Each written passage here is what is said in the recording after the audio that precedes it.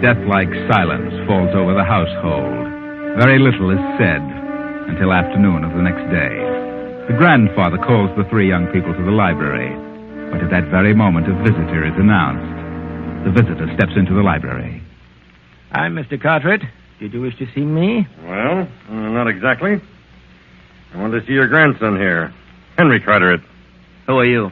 I'm Lieutenant Jones, Police Department. Well, what can we do for you, Lieutenant? Who are these people? Why, this is Mr. Goodwin and Nella Goodwin, our guests at the moment. You're Nella Goodwin? Yes. Well, I have a little report here. On the morning of August 17th, about 1 a.m., a patrol car came upon Henry Carteret and assisted him to get his car started. A girl with him gave her name as Nella Goodwin. It was near the intersection of Ocean Drive and Valley Boulevard. Is that right? Yes. Yes, I did have trouble that night. Mm-hmm. How long were you there? About 10 minutes, I think. I see. Did you happen to notice another car leave as you pulled up, or did you see anyone else in the vicinity? Why, I don't remember. Did you, Miss Goodwin? Well, I can't remember, but there may have been. Did either of you step off the highway during that time? No. No, that is, I may have, but I don't think we did. Mm-hmm. You stopped directly in front of that big billboard, the one advertising bread? Yes. What is this all about? Well, they removed that billboard and started excavating for a new project today. They discovered a body. A man about 50, been dead several days. Apparently struck by a car. Might have internal injuries. Well, we didn't see a thing. Mm-hmm. You know nothing about it, miss? No, certainly not. What's your relation to Henry Carteret? Well, no relation. I see. Well, let me ask you to drop down to headquarters for a little talk, Miss Goodwin. Good afternoon, folks. He's wise.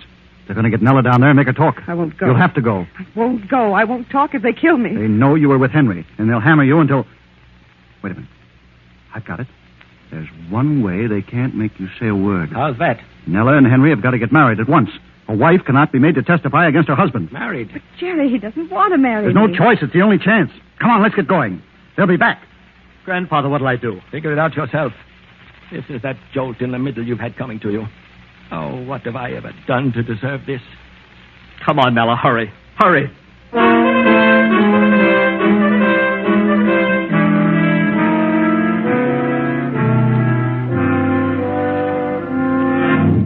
Oh, Henry, darling, married.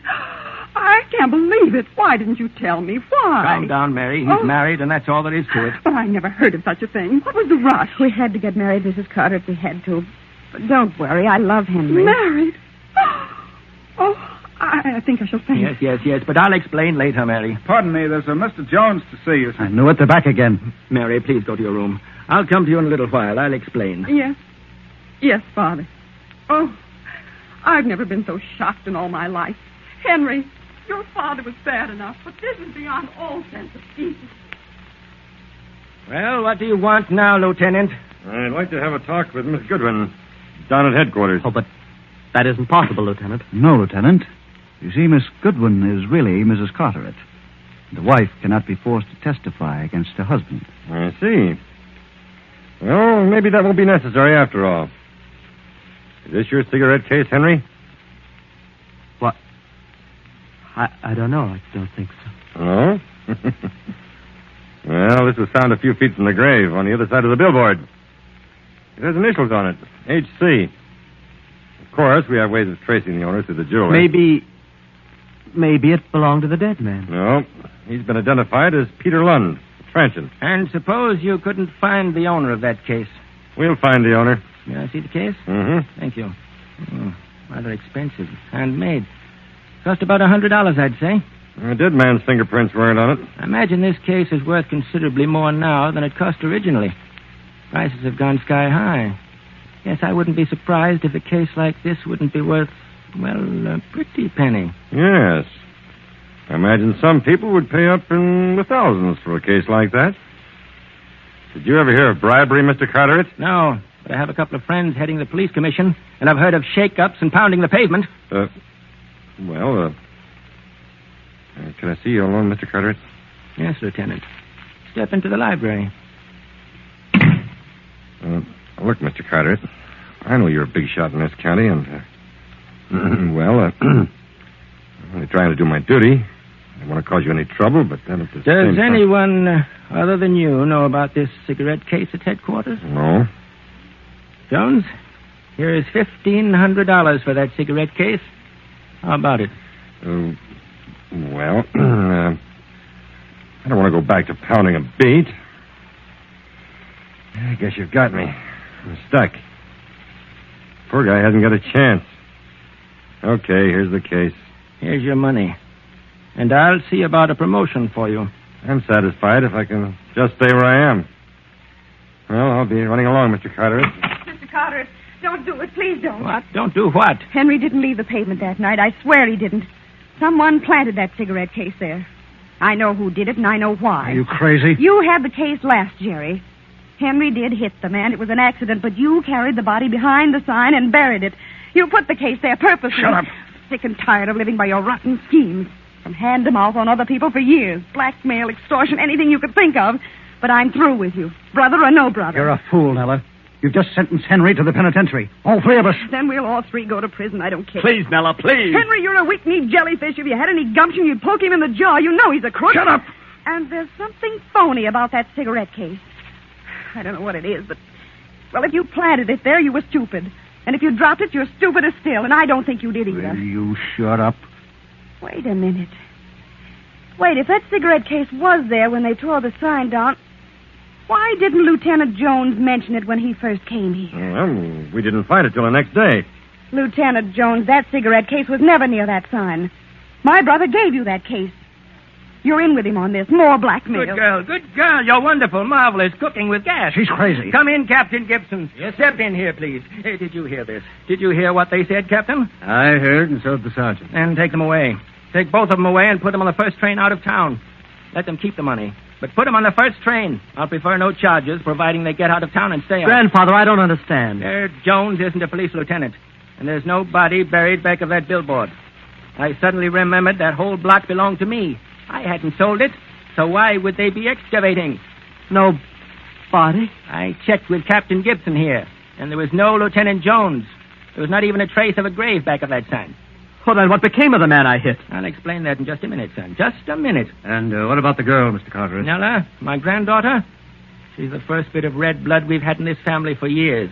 Now put that phony Lieutenant Jones and Jerry in the cooler for 24 hours. Then put them on trains going in different directions.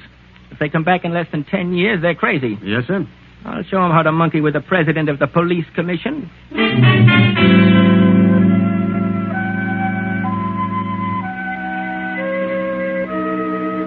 Well, there's very little to explain this time. Jerry Goodwin discovered the man was not dead the moment he felt his pulse. And when he regained consciousness back of the big billboard, well, Jerry took him across town to a hotel.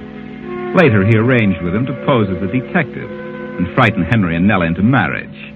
And the supposed victim and Jerry would carry on a lucrative blackmail scheme from then on. But they never dreamed that the grandfather owned the lot where the corpse was supposed to have been buried. And that was where they slipped. But grandfather is proud of his spunky granddaughter-in-law, and Henry will be a good boy from now on.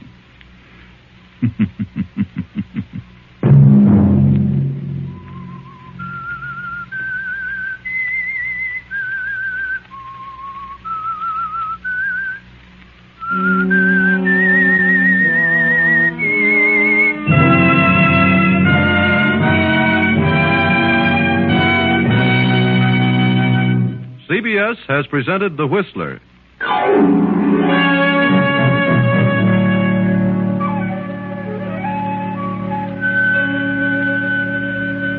Original music for this production was composed by Wilbur Hatch and conducted by Ivan Ditmars. The Whistler is written and directed by J. Donald Wilson and originates from Columbia Square in Hollywood.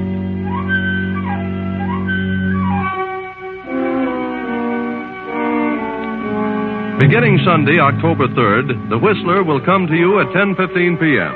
Sunday, October 3rd at 10:15 p.m.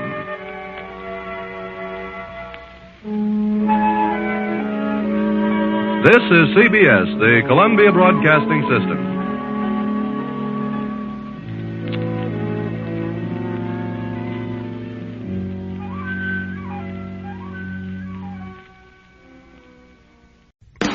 Keeping the radio memories alive thanks to the sponsorship of John Paul Pet.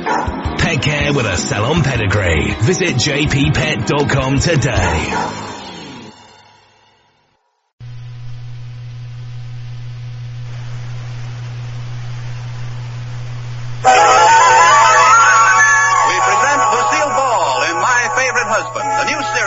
On the delightful stories of Isabel Scott Rorick's gay, sophisticated Mr. and Mrs. Cougat, starring Miss Ball with Richard Denning.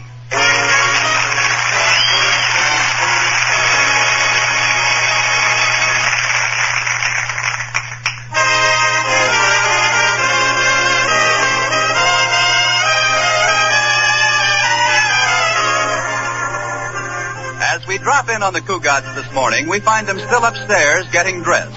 Liz is just asking George a question which proves how essential man is to woman. For as independent as women like to think they are, there's still one time when they have to turn to a man and say, "Darling, will you button me up the back, please?" "All right." What are you thinking about? Women's clothes. What's the matter with them? Well, they're so silly. You couldn't even wear this dress if you didn't have a husband to button it for you. Oh, that's it. I knew husbands must be good for something. Oh, yeah? Oh, George! Oh, what's the matter? Oh, can't a husband kiss his wife anymore? Oh, not on the back of the neck. It gives me duck bumps. Yeah. Gee, they're big ones. There's one with ears on it. That's my head. Aren't you through buttoning me yet? Yes, but this dress is made all wrong. Why? Well, there's a button left over at the top and an extra buttonhole at the bottom. George, here, do me again. All right. Oh, I forgot to tell you, the Atterburys are giving a party tomorrow night. Well, this is a fine time to tell me. I won't have time to shop. Shop? For what? You've got a whole closet full of clothes. It just seems that way to you, George. I was just looking through them, and you know what? I haven't got a thing to wear. How'd you know I was going to say that? Well, you say it every time we're invited to a party. Oh, I do not. There have been dozens of parties when I didn't want a new dress. Name one. All right. How about the... Well, there was the night... Well, the party that... I better get your socks for you. Don't change the subject. Will you just tell me why you can't wear that green dress I like so much? I just can't, that's all. The same people will be there and they've seen it. Wait, you mean you won't wear a dress just because the people there have seen it once? No, I won't. Well, that's settled. Next year I'm going to buy you one dress and get 52 different sets of friends. Oh, George, you made a funny. Anyway, I never did like that dress. I don't get it. In 1 week's time, a dress goes from, "George, wait till you see my beautiful new dress," to that old rag. Ah, you're exaggerating. Well, maybe. Say, how about that new black dress you bought last week? What, that old rag? Now, you see what I mean? Come here, Liz. I want to look in your closet with you. George. What? Kiss me. Oh, no. That's like a down payment on a new dress. We'll go through your closet first. Now, Liz, look at all those dresses. You see? There's not a thing I can wear. Well, what about this red one? Color's all wrong for me. With my red hair and that red dress, I look like I'm peeking out of a carrot. Well, all right. Well, how about this one? Too short for the new style. No, you can't win. Now, wait a minute. Now, what's the matter with this? It's certainly long enough. The color's fine, and it looks just as smart as any of these others. All right, George. I'll wear it. Yeah. Now, why couldn't you have thought of wearing it yourself? Because it happens to be my nightgown.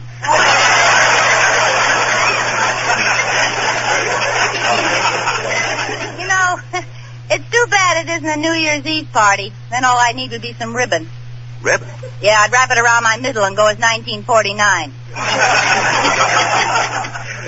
Go ahead. You might start a new fashion. George, the Atterbury parties are always so swanky. If I don't get a new dress, you'll just have to go without me. Yeah, and if I buy you a new dress, you'll have to go without me. I'll be home taking in washing.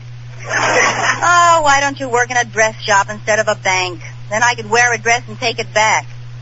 Too bad you can't bring money home on approval. Well, I guess I'd better get dressed for work.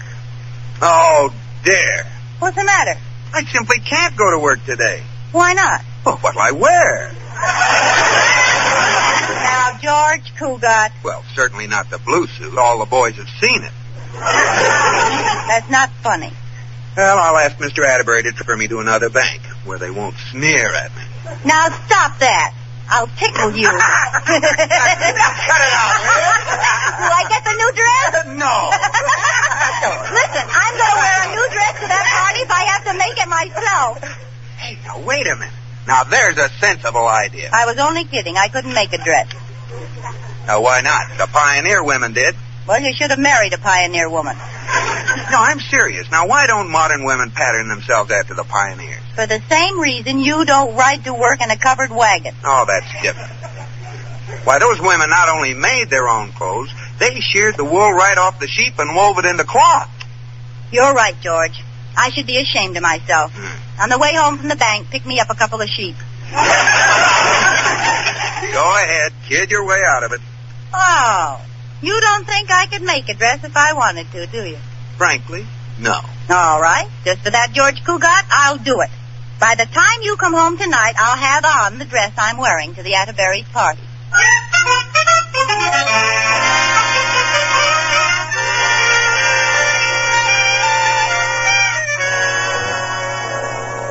Well, Katie, I'm all ready to make my new dress. Oh, I didn't know you knew how to sew, Mrs. Cougat. Well, I didn't this morning, but I've been reading a book on it. Let's see now, all I have to do is face the binding, pink the plackets, gather the peplums, and yoke the pleats.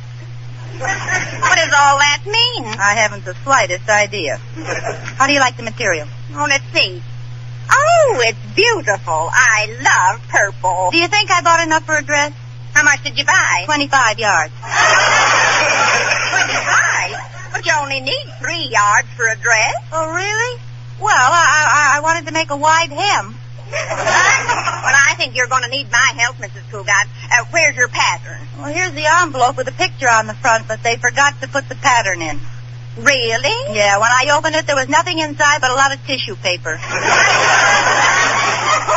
That's the pattern. Oh. Yes, you see? This piece says front, and this one says back. Oh, yes, this is for the arm. Here's one for the neck. What part of me is my butterick?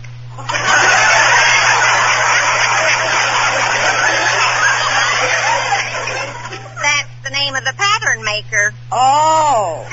You pin this pattern onto the material and cut around it. Oh, I remember now. I did it in high school. I started out to make a dress, and I changed it to an apron, and it ended up as a dishcloth. But this doesn't look so hard. Let's see now. I'll lay the material out on the table and pin the pattern on there. And then I cut around it. Gee, this stuff is harder to cut than I thought. Oh, no wonder you forgot to unfold the material. Uh-oh. Well, I wonder what I can do with 8 sleeves. Let's see now. Do I know any octopuses? Oh, I think you still have enough material. Well, you better cut it, Katie. I'll sew it. Hurry up.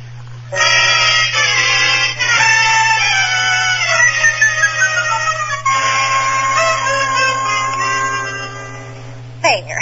Everything's all cut. All right. I guess I'll sew the blouse together first. Whee! This is fun. We'll just stitch it up here and go over here, then across here, hold out my hand and make a left turn and go down here. There we are, all ready to try on. Well, I'll just slip it over my...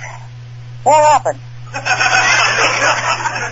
Where'd everybody go? Hey, Katie, did you turn off the light? No, ma'am.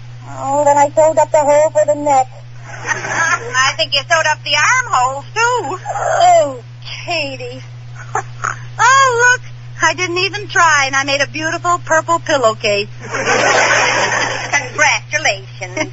Well, I guess I'll have to cut it open across the top. Hand me the scissors. Oops. Oh, well, that makes it strapless.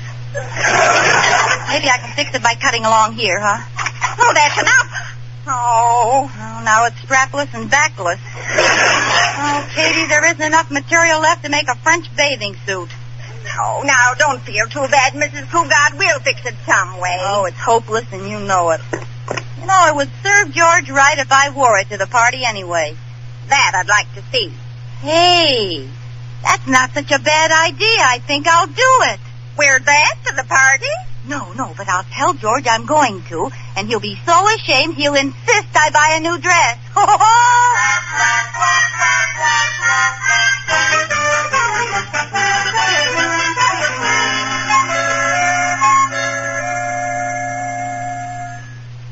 He's all settled down in the living room with his paper, Mrs. Cougat. Are you ready? I think so. Does it look bad enough, Katie? Let me see. Oh, you look awful. Thank you. I've done everything I can to mess it up. Oh, that was a wonderful idea, making a blouse out of the tablecloth. Well, the jam stain matches the purple material. And how did you ever think of pinning the sleeves to the bottom of the skirt? Oh, it just came to me in a mad moment. Look what I found for a belt. I hooked together a pair of George's old garters. Wonderful. Go in and see what he says. All right. Now we'll see how he likes a pioneer woman for a wife. George. Yes, dear? Put down the paper. I want to show you something. Yeah. This is the dress I made. I'm going to wear it to Atterbury's party. Well? Liz. What's the matter, George? You look surprised. I certainly am. I never dreamt you could make a dress that nice. Oh, what's the matter? You think this dress is pretty. It is not. It's awful. Okay, it's awful. Ah! Now what? I slave all day making a dress and you think it's awful. Oh, honey, I was just trying not to insult your work. Oh. Now, come over here and sit on my lap. All right. Yeah, that's it. Now, put your head on my shoulder and rest a minute. Do you love me, George? Of course I do. Say it. Well, don't you know I do without my saying it? No, I want to hear it. Say you love me, George.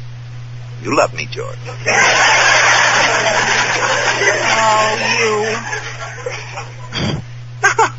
Hey, stop blowing in my ear. That tickles. Hey, George, it sounds empty in there. Oh, it does not. It does, too. Here, hold a match by your other ear, and I'll see if I can blow it out from this side. Oh, Liz, you are an idiot. I know, but I'm pretty, huh?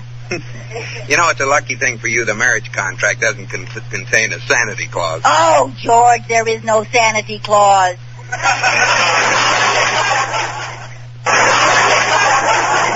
Oh, I give up. I'm sorry. I said the wrong thing about your dress, dear. It is a horrible-looking dress, isn't it? Am I supposed to say yes? Uh-huh. Yes. Well, I'm so glad you think so, dear, because now you see I couldn't possibly wear it to the party, so I'll just have to buy a new one, won't I, huh? No. Oh. George, I can't go to the party in an old dress. The other women will talk about me, and I'll become moody and depressed.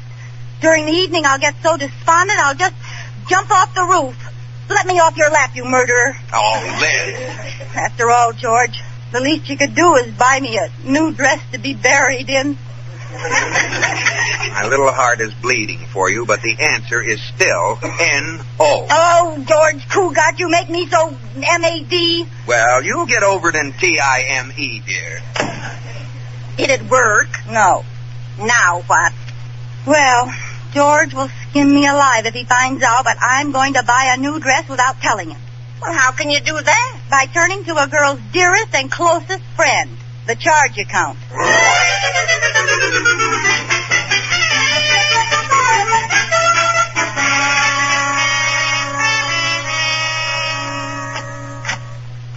Good morning, Mr. Atterbury. Oh, morning, George boy. Going to be able to make it to our little party? Yes, sir. We'll be there, Mr. Atterbury. Of course, Liz will be dressed in rags. Oh, I get it, boy. I had the same trouble. Iris wanted a new dress, too. But I put my foot down. I said, what do you think I am, the president of a bank? But you are. What? Oh, yes, that's right, I am. Well, I wouldn't mind buying clothes for Iris if she were normal size, but she's so darn big. Well, it'd be cheaper to have her reupholstered. I guess she is sort of pleasingly plump, sir. Pleasingly plump?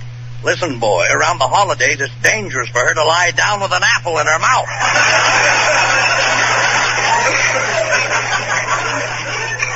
It must be some job supplying her with clothes. Job? It's a project. And she has so many of them. You should see her clothes closet. It looks like a long row of pup tents. I bet she has no idea what's in there.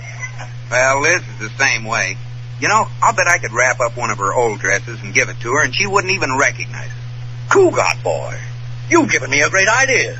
Look, we'll take one of Liz's old dresses and give it to Iris. And then we'll take one of Iris's old dresses and give it to Liz. And I'll bet they'll never know the difference. Oh, you mean they'll think we bought them? Why, sure. You know, that might work. Yeah.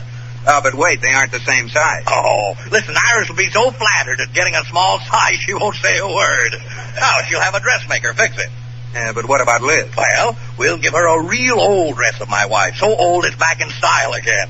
One that Iris wore about 10 years ago, before the dam broke. I'll do it, Mr. Atterbury. Good. Now, let's be cagey about this.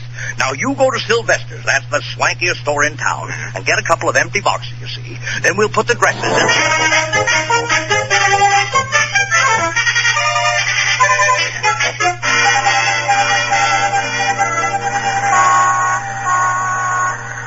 Hi, Marge. I finally made it. Oh, where have you been? You're an hour late. Oh, I'm sorry. Have you been waiting long? Oh, no, I just got here. That if I'd been on time, Liz, you should be ashamed of yourself. Well, I had to run an errand. Oh. What's that thing over your arm? That? Oh, it's sort of a kind of a dress. I made it myself. For Halloween? No, it's a real dress. I took it to the dressmakers to see if she could do anything with it. What'd she say? I don't know. She couldn't stop laughing. Well, come on, Liz, let's go shopping. Where we start? Oh, I don't care. I just want to buy a gown. Liz, let's go in here. Sylvester's salon. Sylvester's? Oh, no. That's too snooty and so expensive, Marge. Well, let's just go in and look around. I've never been in there. Well, I guess that won't hurt.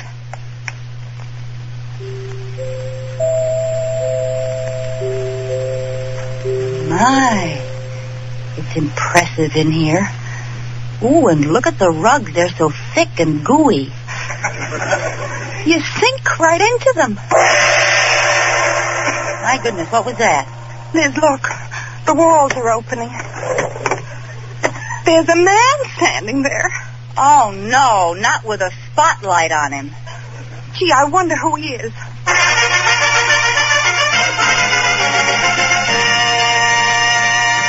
I am Sylvester.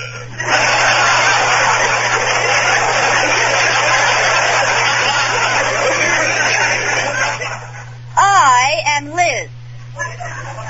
I'm Marge. Well? We'd like to look at some dresses. You mean creation? All right, I mean creations. Before I can show you a thing, I'll have to give you a loyalty test. A loyalty test? Yes. Raise your right hand and answer this question. Are you now, or have you ever been, a shopper in Macy's basement? No. I haven't either. Welcome to Sylvester's. Oh, thank you. Now, what kind of a dress did you have in mind? Well, what do you have for around $75?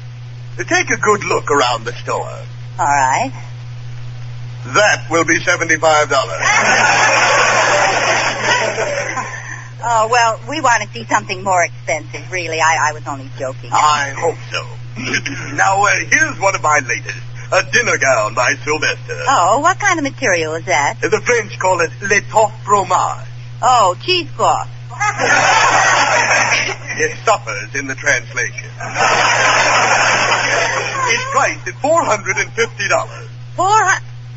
Must have been imported cheese. The price comes from the fact that I, Sylvester, created it. Without my label, the dress is worth 50 cents. Well, rip out the label. Here's 50 cents. Perhaps you'd be interested in this green gown with the sequin top. It's marked down. Oh, are you having a sale? No, but it's been damaged. The clerk carried it from the stock room without wearing her glove. No. Yes. But, gee, it is sort of pretty. How much is it? Well, I wouldn't want it to get around that I'm selling anything this cheap, but it's $375. Oh, well, I won't tell a soul. It's too much. But the green goes so beautifully with your red hair. No. And it'll make your gorgeous figure even more alluring. No. To say nothing of the lines, which would make you look 10 years younger. Yeah. No. I didn't think I'd make it. Well, I have a gown you can't possibly resist. I'll be right back. Oh, Marge, I hate these exclusive shops. Well, you pay for the label. Well, whoever sees it. You can't walk along with your head bent down holding the label up for people to see. Why don't they put it on the outside if it means so much? Oh, Liz, you're so silly. You know, I'll bet Sylvester could put his label in this monstrosity that I made and sell it for a huge price. I wouldn't be surprised. Liz, what are you doing? Quiet. I'm taking the label off this cheesecloth creation of his. I'm going to pin it on my dress and just see how much Sylvester thinks it's worth. Well, hurry up, because here he comes. There. Now, here we are. Now, isn't this just devastating? Yes, but, I'd like to ask you about this little number here. This one with the purple skirt. How much is it, please? Let me see. Oh, that's one of my masterpieces. It is. Oh, naturally. No one but Sylvester could create such a dress. Want to bet? Yeah, notice the clever way the blouse is made from a genuine antique tablecloth. That's very interesting. What's that spot? Strawberry jam? I should say not. That's there to break up the monotony of the white. It's a print. Oh, really?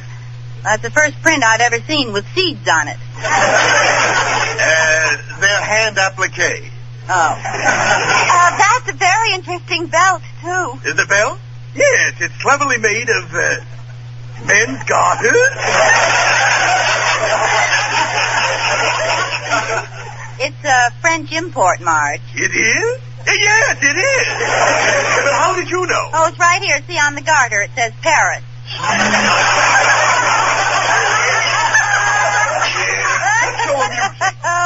Oh, Sylvester, I played a joke on you. Do you know who really made that dress? Sylvester, creator of the world's finest dresses. No, Cougat, creator of the world's finest messes. Liz, look, coming in the door. It's George. George, my goodness, what's he doing here? Oh, I can't let him see me. Is there a back door here? Oh, yes. Come on, Marge, let's get scared. What about your old dress? Oh, who cares? Let him keep the thing. Come on, let's get out of here. Wait, come back. This would look stunning on you. Tourist. I beg your pardon. Oh, you frightened me. Sorry. Say, I'd like to buy 2 empty boxes. Empty boxes? Well, all right. Here's 2 right here. That'll be $25 apiece. Say, I've got a surprise for you. I'll give you $1. Yeah, I got a surprise for you. I'll take it. Business is lousy.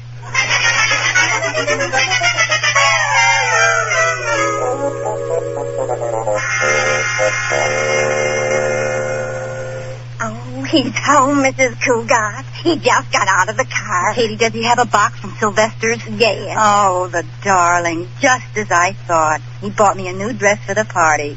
Oh, Katie, he's such a wonderful husband. Liz, where are you? Oh, hi, dear. You're home early. Here, I've got a surprise for you. A present. Oh, George, from Sylvester's. Yeah, you know, that snooty, expensive dress salon. Yes, I've heard of it. I can hardly wait to see what it's like. Oh, it's so exciting. Oh, George, it's lovely. It's stunning. It's Iris Atterbury's old dress. What makes you say that? I've seen her wear it. When? Thursday night, May 12th, 1938. Oh, now, Liz. She walked into the country club dance at 8:33 p.m. Well, how can you remember that? How can I forget it?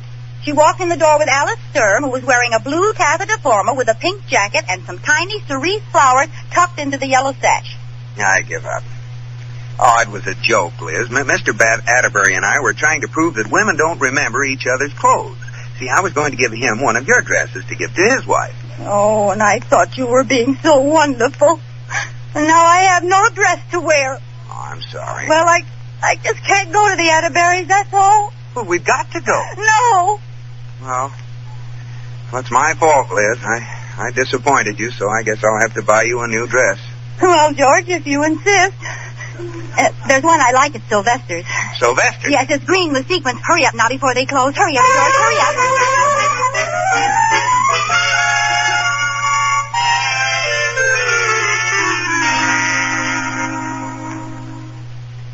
Honey, I'm back. Oh, let me open it.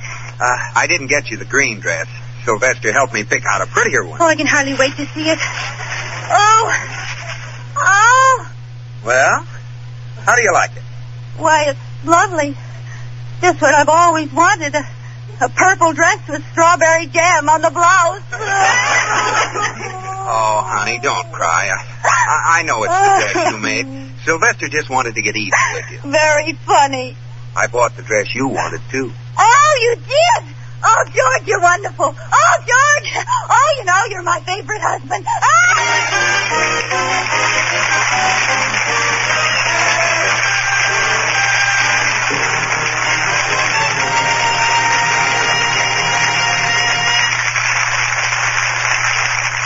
Liz and George will return in just a moment.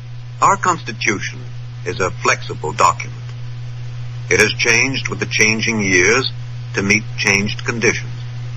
An example is the way in which we elect our United States senators.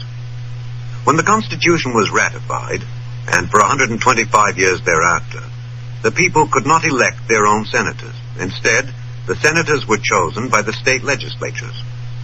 The Founding Fathers believed in democracy, but they did not want their new republic to be wrecked by irresponsible mob rule. Democracy was a new form of government. Most of the voters had little knowledge and less experience in governing themselves. And so the Constitution provided that while the people could elect their representatives to Congress, they could not elect their senators directly. A century and a quarter of experience in self-government made such a safeguard against mob rule obsolete. And by 1912, the people were ready to demand the right to elect their senators by popular vote.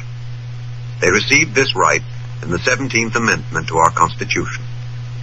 This amendment illustrates how our Constitution lives and grows in our changing world, to the end that this country of yours and mine shall be our country under God.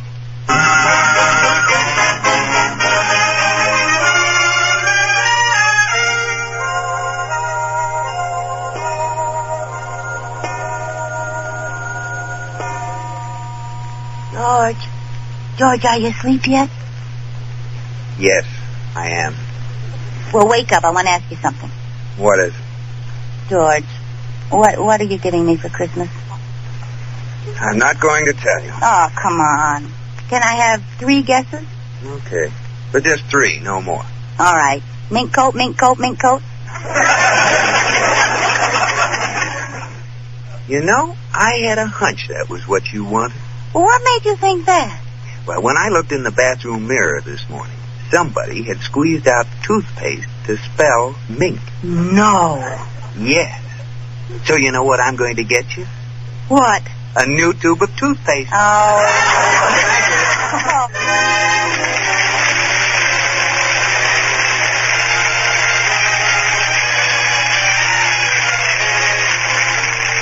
My Favorite Husband has been presented through the worldwide facilities of the United States Armed Forces Radio and Television Service.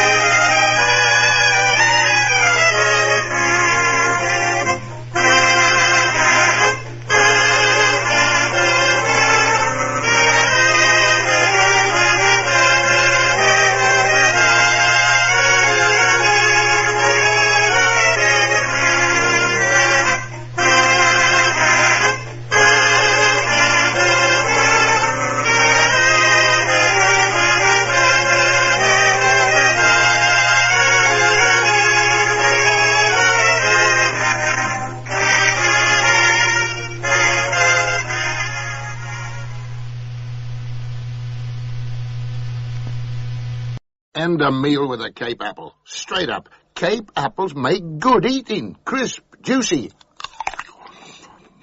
Marvelous exercise for the old choppers. Go on, treat yourself. Live. Buy a bushel or 2 of Cape apples today. You can't lose. When I fall in love, it will be forever. Sweet Trolley. The name you'll find on the most wickedly delicious desserts you could imagine.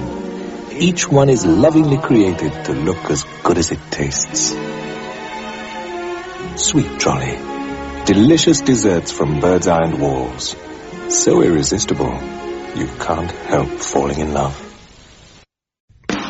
Keeping the radio memories alive thanks to the sponsorship of John Paul Pet. Pet care with a salon pedigree. Visit jppet.com today. Frontier Town, the saga of the Roaring West.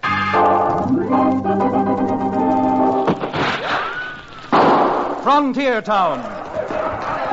El Paso, Cheyenne, Calgary, Tombstone. Frontier Town.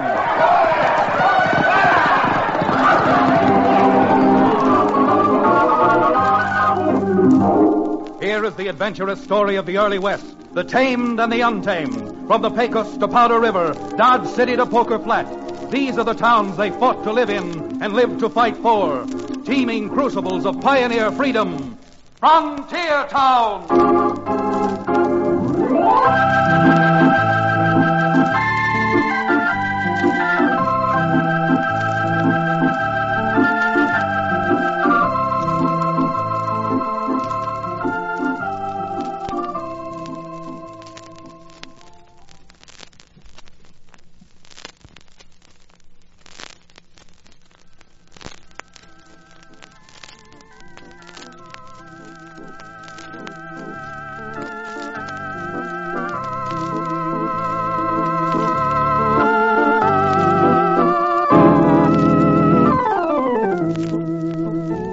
Howdy there, friends. This is Chad Remington. Chad Remington, frontier lawyer from the frontier town called Dos Rios. Now, I guess it goes without saying that a frontier town lawyer can find more trouble 24 hours a day than any man living or dead west of Chicago. And if this weren't enough, part of my time is taken up with the running of a small cattle ranch left to me by my late father. Matter of fact, it was while I was on my ranch that this last adventure really had its start. Now, the little law office I rent from Cherokee O'Bannon, the ex-medicine man who now operates the Dos Rios livery stables. I don't know whether it's because he's afraid I may run out with the rent money, or because tagging around with me he gets to see his favorite scenery, saloons. But for one reason or other, O'Bannon is most always by my side. Well, this particular morning, Cherokee was helping me round up some strays in a far canyon on the back end of my ranch. Everything seemed to be going all right. Hi! Chad, I was thinking again.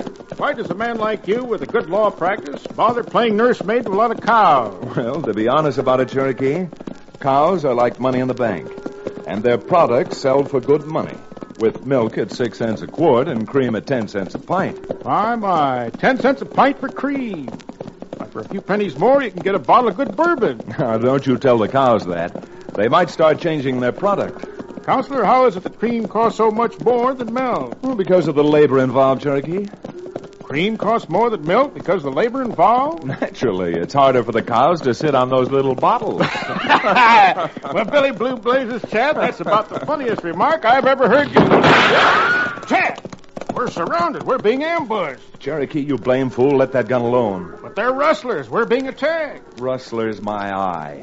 Can't you see who fired that shot? Don't you see who it is coming? It's old Sam from the Western Union office. Sam? Now I wonder what in blazes he wants. Hiya, Sam. What's up? Howdy, boys. Sorry I had to throw that shot at you.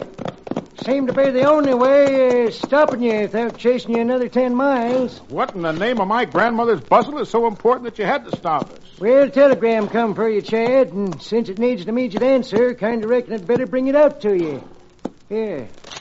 Thanks, Sam.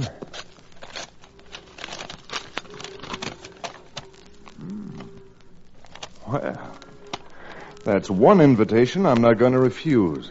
What's one invitation? You please tell me what this is all about? Well, this telegram's from Kurt Bodie. You know, the sheriff over at Bonanza City. He says there's a big party being given day after tomorrow honoring all the peace officers of the territory, and, well, he's inviting me down as his guest. Yeah, from what I hear about Bonanza City, it's as much a city as a prairie dog's hole is a tunnel. It's a wide open, rip-roaring boom sound at that. I don't suppose that'll stop you from going down and attending the party with me, will it, Cherokee? Me? Attend a peace officers' party? My dear friend, any warrants formally issued against you for selling your genuine Cherokee Indian rattlesnake oil probably have run out now because of the statute of limitations. So, no doubt you're fairly safe. Well, you know me, Chad. I'm a party man from the word go. You get down there and mingle with a lot of tin badges. Well, Mister, as long as your lawyer's with you, even if they do get you, they won't hit you with more than 20 years to life. Well, that's a horse of a... What? Come on, Cherokee. We'll bring these few head we've rounded up back to the lower meadow, and then you and I, well, we're hitting the trail for Bonanza.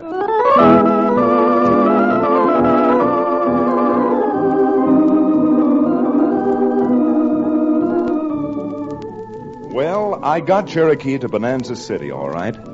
But no matter what I did, I couldn't get him out to the party. To tell the truth, there were too many so-called attractions in the town itself, so that Cherokee wasn't too seriously tempted. Now, the affair was being held in what was known locally as the other side of the creek, which meant really the other side of the town, the wide open part of the town, the place everyone knew existed but nobody talked about. The most fashionable palace of entertainment on the other side of the creek was the somewhat flashy but expensively decorated place known as Boston Flora's Place, which Flora ran with her husband, a real high-roller gambler by the name of Monty. By the time Sheriff Bodie and I got to Boston Flora's, the party was in full swing and the place was really rocking. Boston Flora stepped up to the piano to sing. Oh, the men in my life are the curse of my life. They promise and promise, still I'm nobody's wife. Fred kissed me and told me of his lasting love. His wife caught him with me. And now Fred's up above. Oh, the men in my life are the curse of my life. If a six-gun don't get 'em, then there's always a knife. I got Joe to the church with one foot on the sill, but he tripped me and bolted and he's running still. But he tripped me and bolted and he's running still.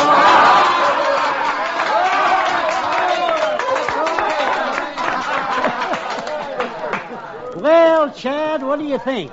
How about that? Boston Flora's pretty good, huh? She's better than good, Sheriff. She's all right.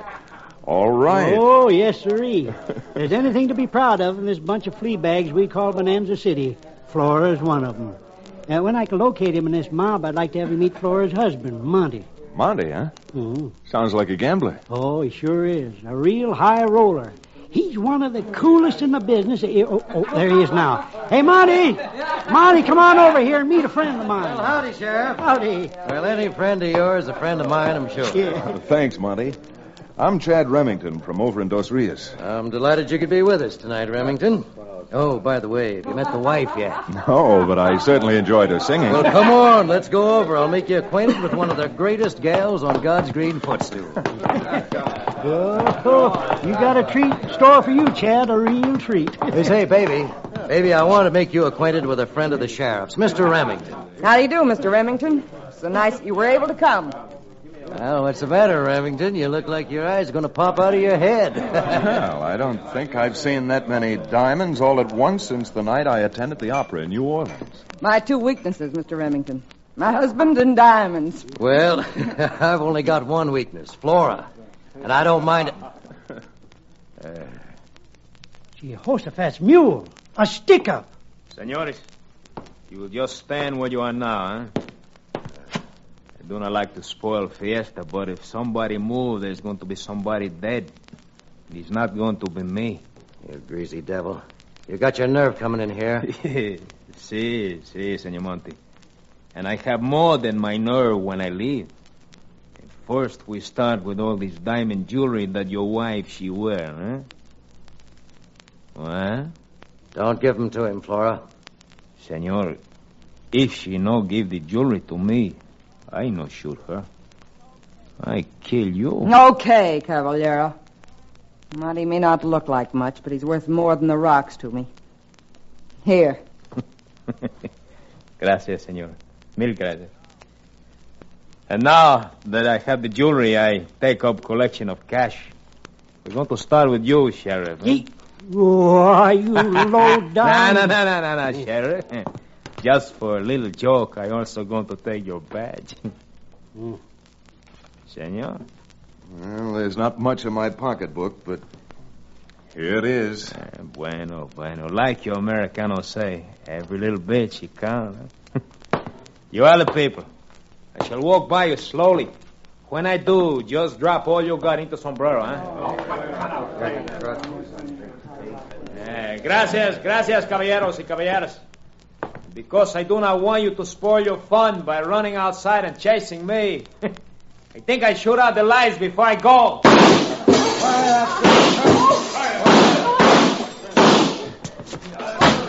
Come on, go after it.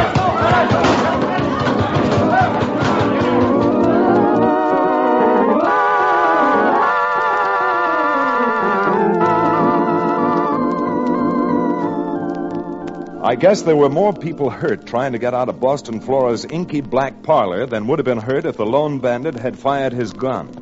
But enough of us made our horses and lit out after him to make the chase worthwhile.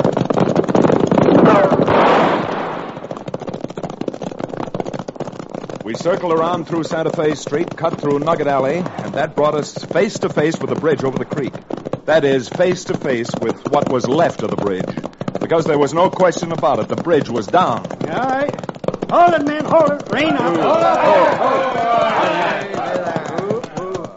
Isn't there a dam upstream by the smelter, Sheriff? We can get across that. Yeah, come on, let's go before that low-down sneak and no-good gets away. Yeah, now, wait a minute, Monty. I've been thinking. Now, this is no time to think, Sheriff. We've got to get after that cuss before he gets... Now, hold on there, Chad. We ain't going after that cuss. What do you mean? You're not going after him? Well, stop and figure it out yourself. We go after him and get in town on the other side of the creek. Then we got to admit what happened.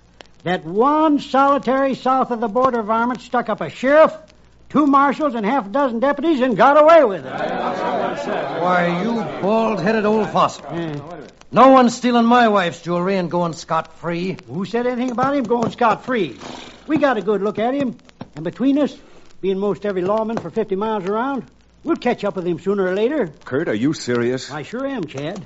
What's worth a few $1,000s we lost not to make fools of ourselves? I'll be blamed if me and Flora are going to suffer because you're a bunch of knotheads.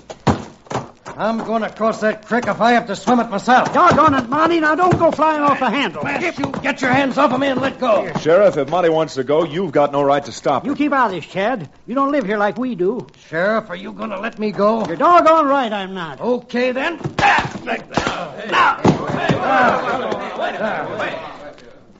Monty, that was a mistake hitting the sheriff with that horseshoe ring on your hand. Well, it serves the old goat right. And I got an idea that this will serve you right. Hey, you want some, huh? All right. Monty, you ought to exercise your fingers less and your arms more.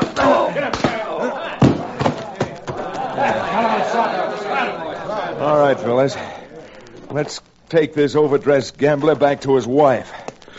We're not going to catch the gent who pulled that holdup tonight, but we can sure do a lot of talking over.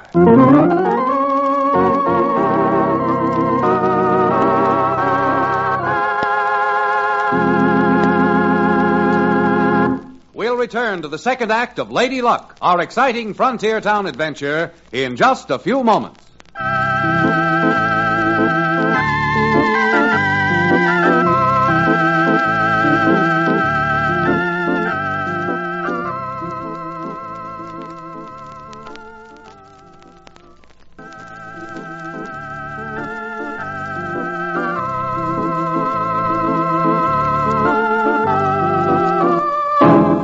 And now, Frontier Town.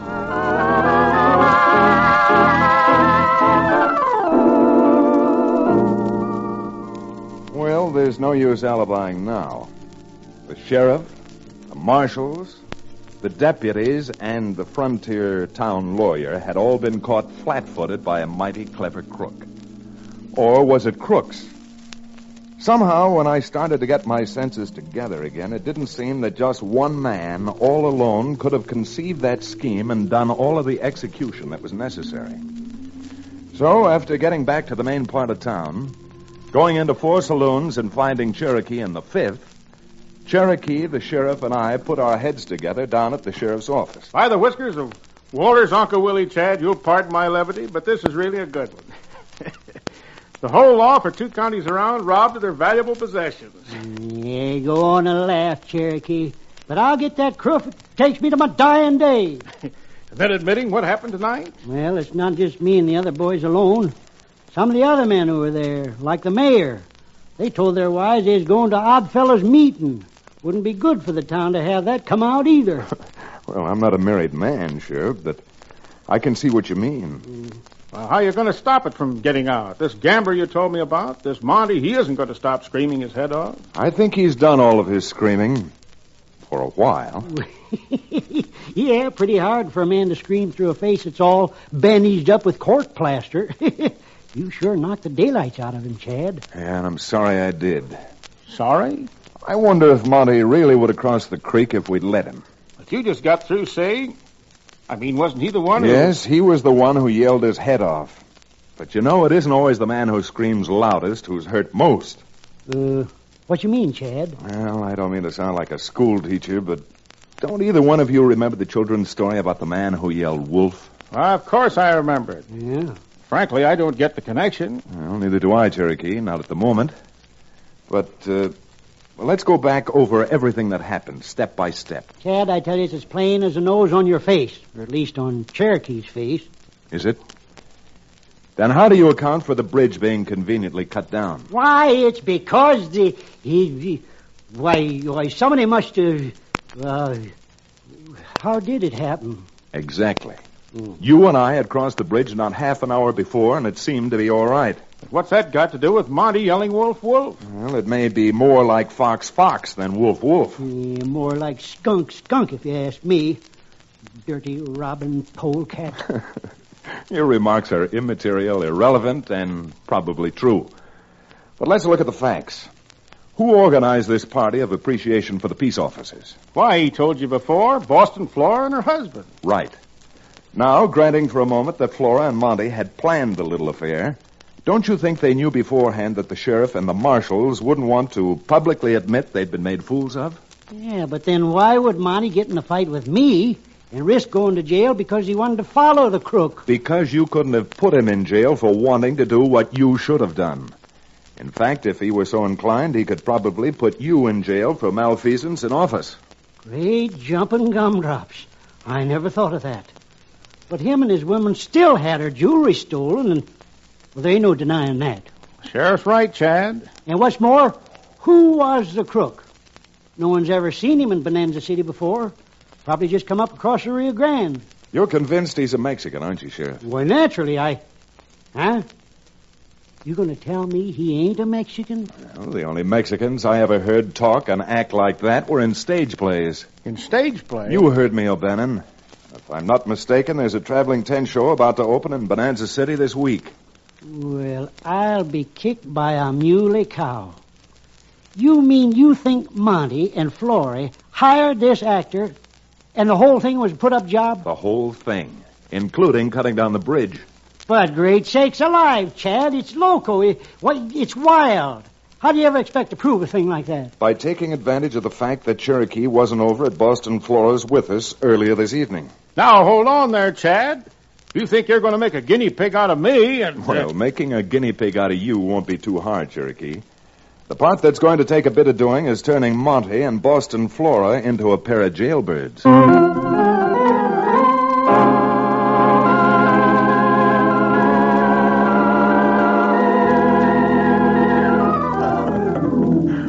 Well, Cherokee squirmed and wriggled and bucked like a sun-fishing bronc. But with enough money in his jeans to cut a fancy figure at Boston Flora's bar, next afternoon found Cherokee on the other side of the creek, leaning across the mahogany and... Here you are, boy. Set him up for the house. Honey, don't you think it's time the house sets him up for you? Madam, I'm not a man to turn down a tin roof. But at the same time, I'm not a man to quibble over a few measly dollars. I'm providently, amply provided with the wherewithal to enjoy myself. If you would be gracious enough to join me, I'd like to buy you some champagne. I don't mind if you do. Charlie, bring a bottle of Pomeroy over to the table by the window. Come on. It's you and I sit down.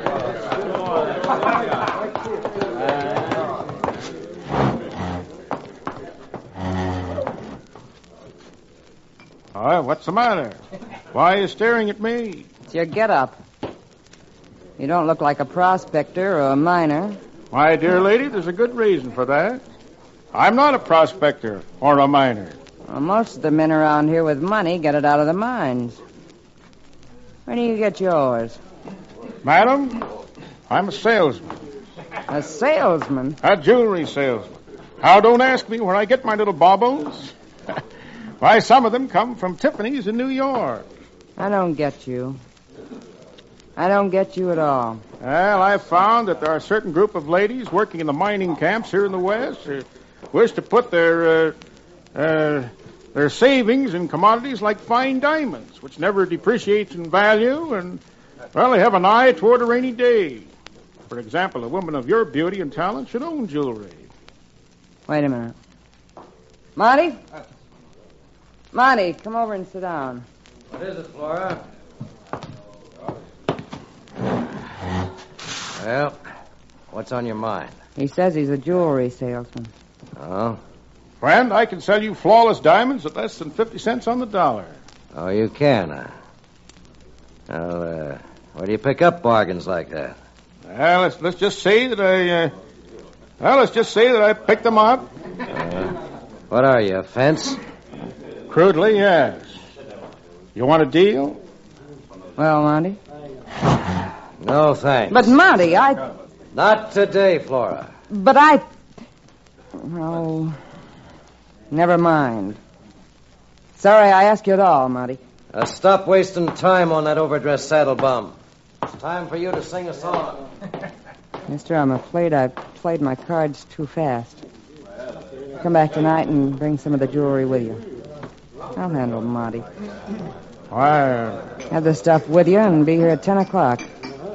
Because you and I are going to do business.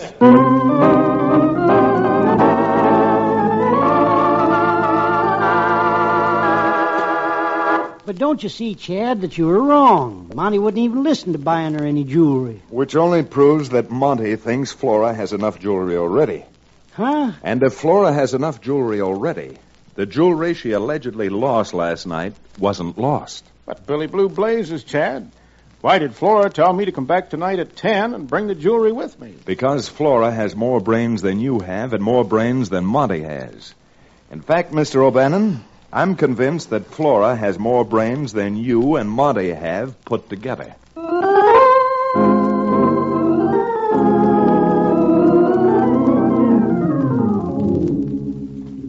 Now do you get it, Monty? Now do you see what I'm up to? Baby, I gotta hand it to you. You're the only woman I know who can figure how to have your cake and eat it, too. I'll say. Anytime she wants, she can come back and join my tent show. Thanks, Tony. And I'm doing all right here. Now, you understand everything, Tony, don't you? You seem to forget your old partner, baby. I'm the quickest study in show business. And when I meet this jewelry salesman outside and stick this gun in his ribs and I say, Senor, you put the hands up quick, eh? You'll have his diamonds and your money back all at the same time. The great part of it is, the only squawk this sucker will have won't be about his diamonds. And all he'd be able to do is run to the sheriff and holler about his money. I don't imagine that stone-headed sheriff's going to do anything about that. Because he might be afraid we'd tell what suckers we made of the lot of them. Who was the sucker? Cherokee, keep an eye on the outside. Right you are, Chad. Leave it to me. What are you up to, anyhow, Sheriff? I'm up to throwing the three of you in the calaboose, that's what. We heard every word you said. Don't you know it's bad manners to point at a lady with a gun? Yeah, all right, quit stalling, Flora. Let's get going. Why, of course, Sheriff, if you say. Money, come on! Let go of her before I... Get on here, you.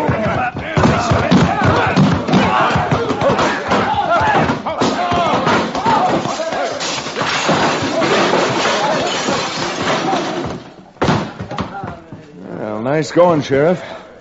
I see you got the so-called actor. Well, what about me? Didn't I get my man? Or a woman? What did you hit her with? A chair? Now, Chad, for shame. You know I'm too much of a gentleman to hit a woman with a chair. I hit her with something soft.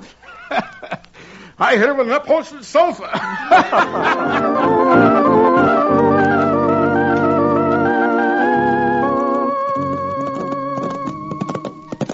Cherokee, Sheriff Bodie, and I, and all the lawmen for 2 counties around certainly owe you a vote of thanks for your help in getting the goods on Flora the Phony, the Boston bad woman. Your thanks be hanged. After all I went through, I would imagine that somebody at least would offer to buy me a bottle of bourbon. Oh, Bannon, don't you realize you're going to come to a premature death with all that bourbon you take on board? That's absolutely ridiculous. Bourbon's the safest drink in the world. Scotch is dangerous. It is, O'Bannon? And how do you figure that? Why, Chad, don't you see? A man who drinks scotch is apt to end up getting killed.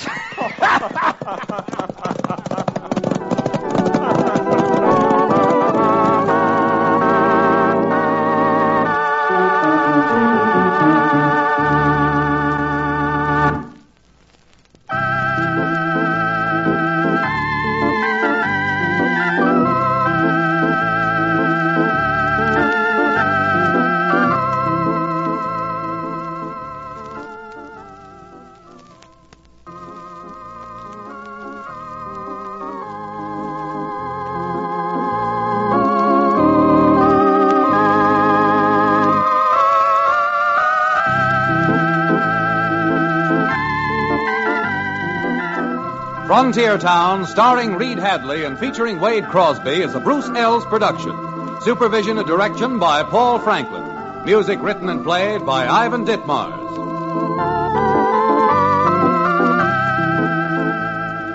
Be sure to be with us again same time next week for another fine action-adventure story with your favorite young Western star, Reed Hadley. And now this is Bill Foreman telling you that Frontier Town comes to you from Hollywood.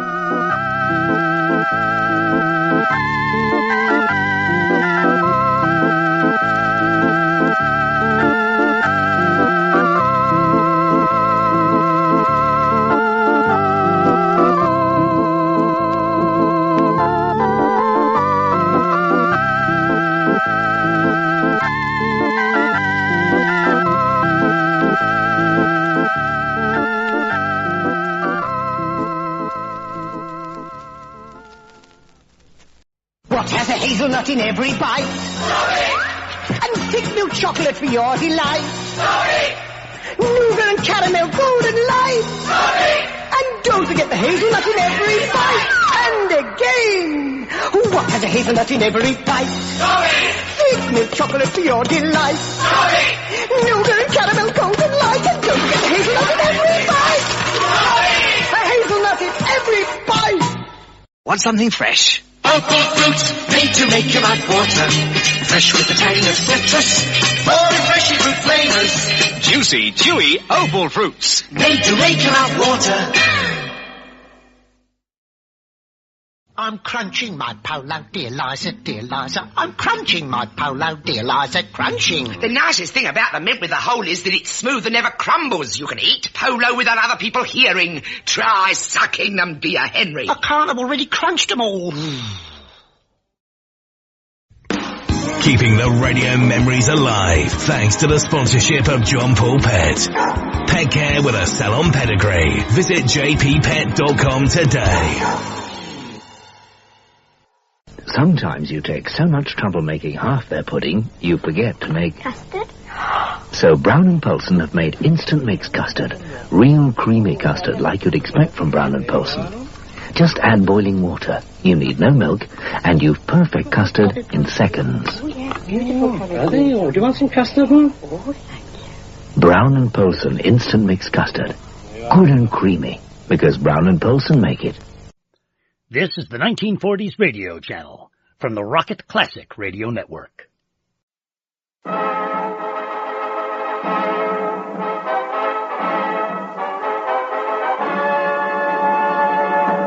The National Broadcasting Company present, transcribed, Sir Ralph Richardson in Theatre Royal.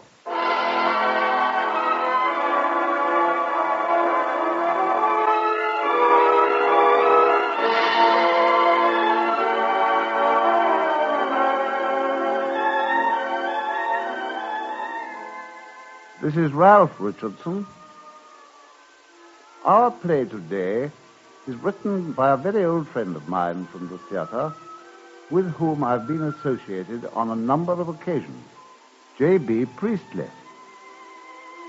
Unlike many of our subjects, this was originally written for the stage and not as a short story. Mr. Priestley describes it as a one-act comedy in the Viennese style. Now, I myself will play the part of Max Talley.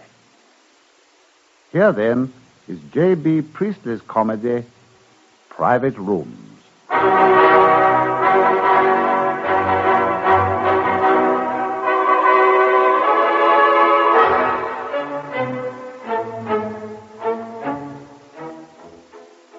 This is Max talking to you, my friends.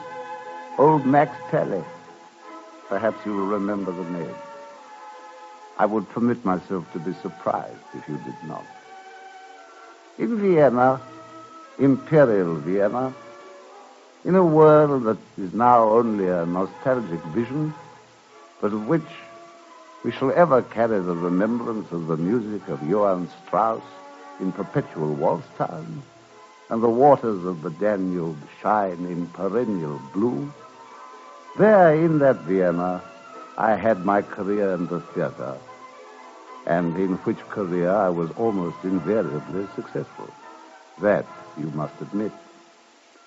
In romantic Vienna, I also had my share of romance, in which I was not quite invariably successful. That I must admit. Now I am still vain enough to think that you will remember sufficient of my success for me to be able to tell you of one adventure which was perhaps more singular than successful. One night, I was taking supper with a beautiful young ballet dancer. In fact, the supper has been eaten, the champagne poured, and there we are, alone, in a private supper room of a celebrated Viennese restaurant. Yes? Come in. Is there anything more you'll be requiring, sir? A little more champagne, my dear. No, thank you. No, nothing.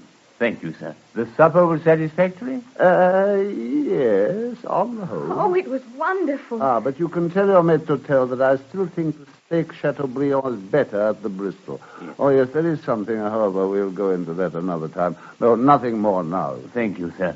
Then you won't be disturbed again, sir. Aha.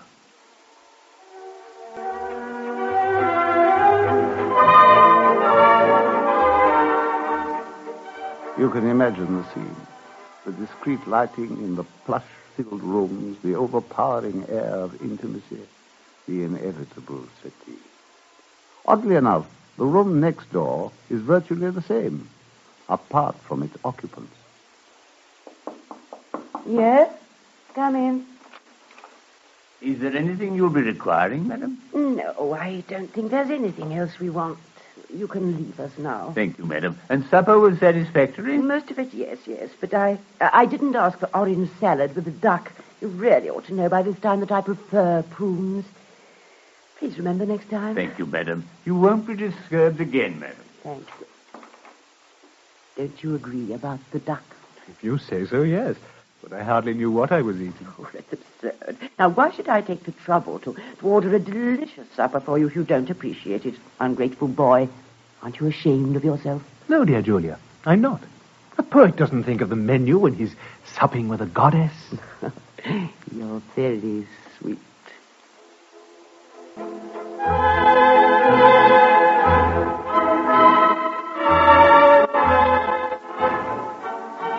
Once again, the discreet lighting, the intimacy, and the settee. Only there, the initiative seems to be coming from the woman, a very well-known Viennese actress, as it happens. But back to my own affairs. Aha, my own affairs.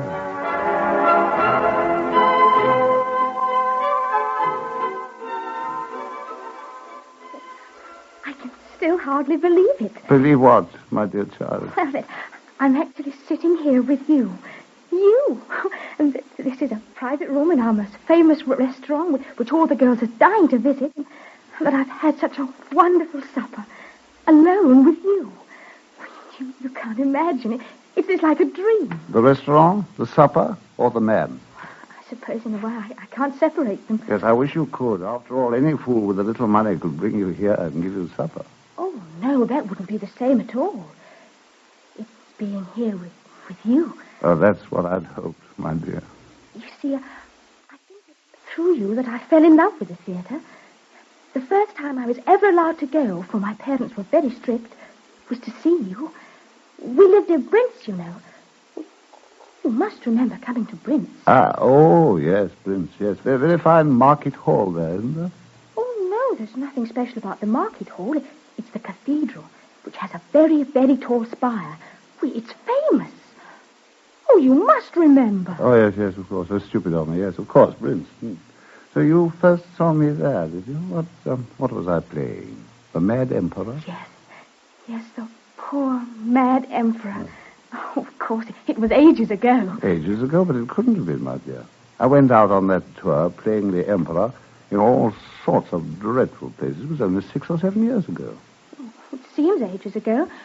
I was at school. Uh-huh. Of course. Oh, of course. Ages ago.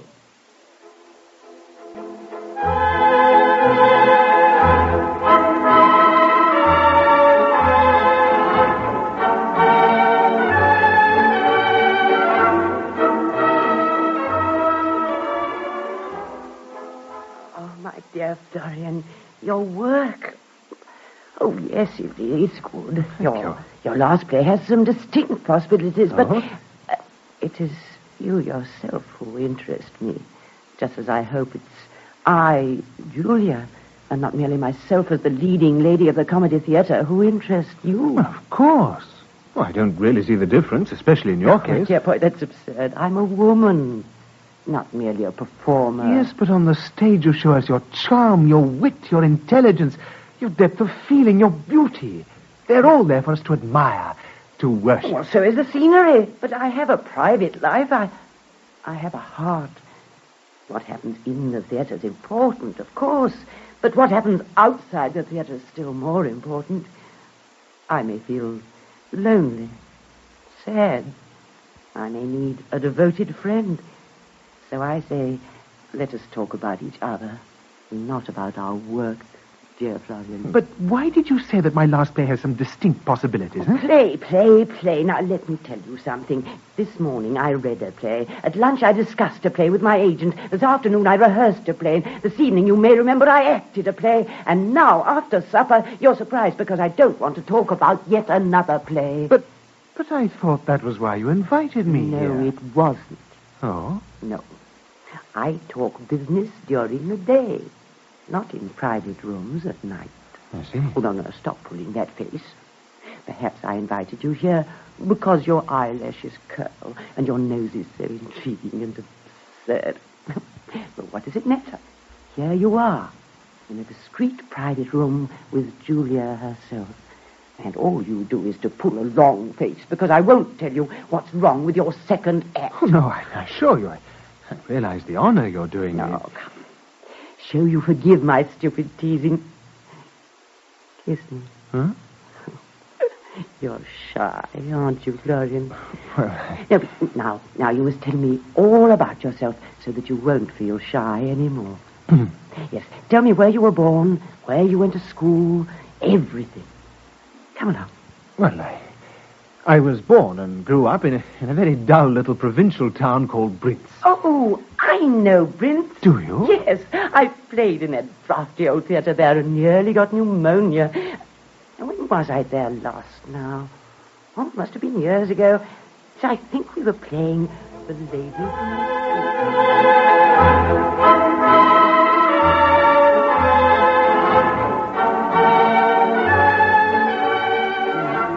So there you are, my dear. The question not of technique, as it is when you're young and uncertain, but of mood. Not the mood of the moment, something that a kiss or a drink might cure, but the longer, deeper moods that reflect what is happening in the dark recesses of one's personality. Oh, how wonderfully you talk. I think I could listen to you forever. Yes, I do those speeches very well, of course.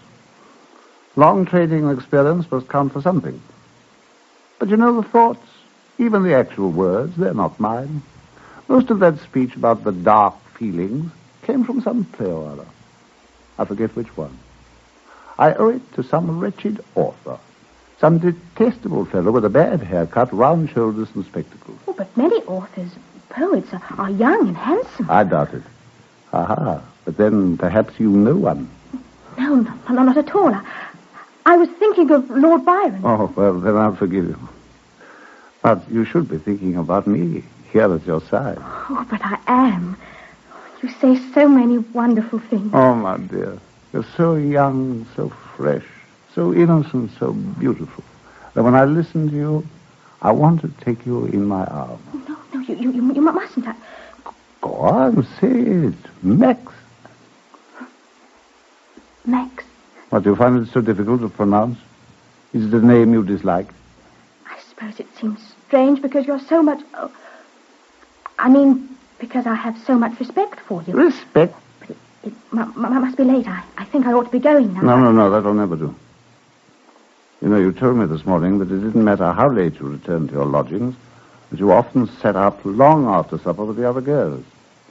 Now you say you must go because it might be late. Seems to me that you want to go because I've offended you. What you really want me to do is to keep away from you, talk, but don't touch. Very well, then. As you wish. Now I seem to see tears in your eyes. It's because I feel you've changed. You don't really like me now. Oh, nonsense, of course I do. Aren't I trying to please you? You must make up your mind, my dear. If I like you too much, you want to go home. If you feel I don't like you enough, your eyes fill with tears. You must admit, you make it very difficult for a man.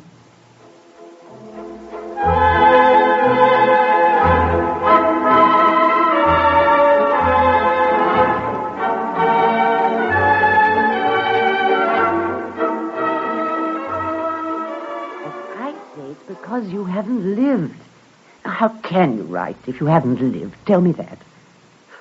Don't just sit there looking sulky. I'm sorry, but... You know very well what I mean when I say you haven't lived. A little provincial town, miles from anywhere, dreary little affairs with chambermaids and governesses. I've never had an affair with either a chambermaid or a governess. Oh, very well, then. You think you're in love with some bouncing provincial music teacher or a soulful milliner's apprentice. Wrong again, dear Julia, quite wrong. So, I am your dear Julia, am I? Do you object? Of course not. Otherwise, you wouldn't be here. Now, I'm very fond of you. Surely you realize that. But when I say that you haven't lived, I mean you haven't known the heights and depths of love, all the subtleties and ecstasies of a wonderful personal relationship with a woman who is both an artist and a figure in the great world, and a world you could know through her. But surely... Now, take my last play. Oh, my dear, well, we're taking your last play all night. Now, let's talk about something more amusing.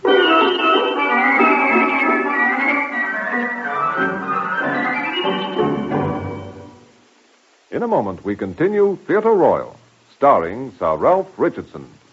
Your Thursday evening lineup here on NBC includes two of your favorite Western programs. There's the Roy Rogers Show, featuring the king of the cowboys in an exciting story, followed by Six Shooter, the program that stars Jimmy Stewart in Tales of the Frontier, where the only law was that of the Six Shooter. Then there's more adventure in a different setting with Jason and the Golden Fleece, bringing you a dramatic story from the New Orleans waterfront. On the lighter side tomorrow evening, hear the Eddie Cantor Show as Eddie reminisces about show business and presents songs both old and new. And last but not least in your Thursday evening lineup, there's a visit to 79 Wistful Vista to meet Fibber McGee and Molly. Adventure, music, laughs. They're all yours tomorrow evening and every Thursday right here on NBC. We now continue Theatre Royal, starring Sir Ralph Richardson.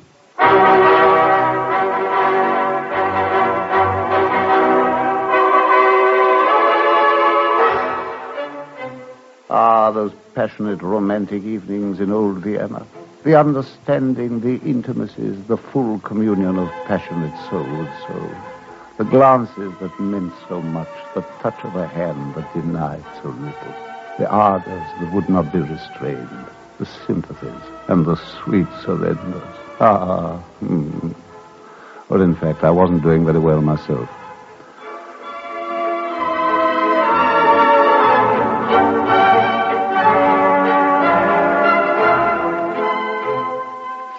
Please don't be angry. I think I can explain. Very well, then. Explain. It's perfectly true. I like you. I like you very much. And I've admired you, everything you've done, for years and years. But it stopped 10 minutes ago. There's something in me that doesn't care how much I admire you, how grateful I am, how proud I am that I'm here with you, but it simply won't let me touch you. I can't help it. I'm sorry. I tried to show you so that you wouldn't try and be angry. Yes. You see, you don't really care for me at all now. You don't love me. Have I ever suggested that I did?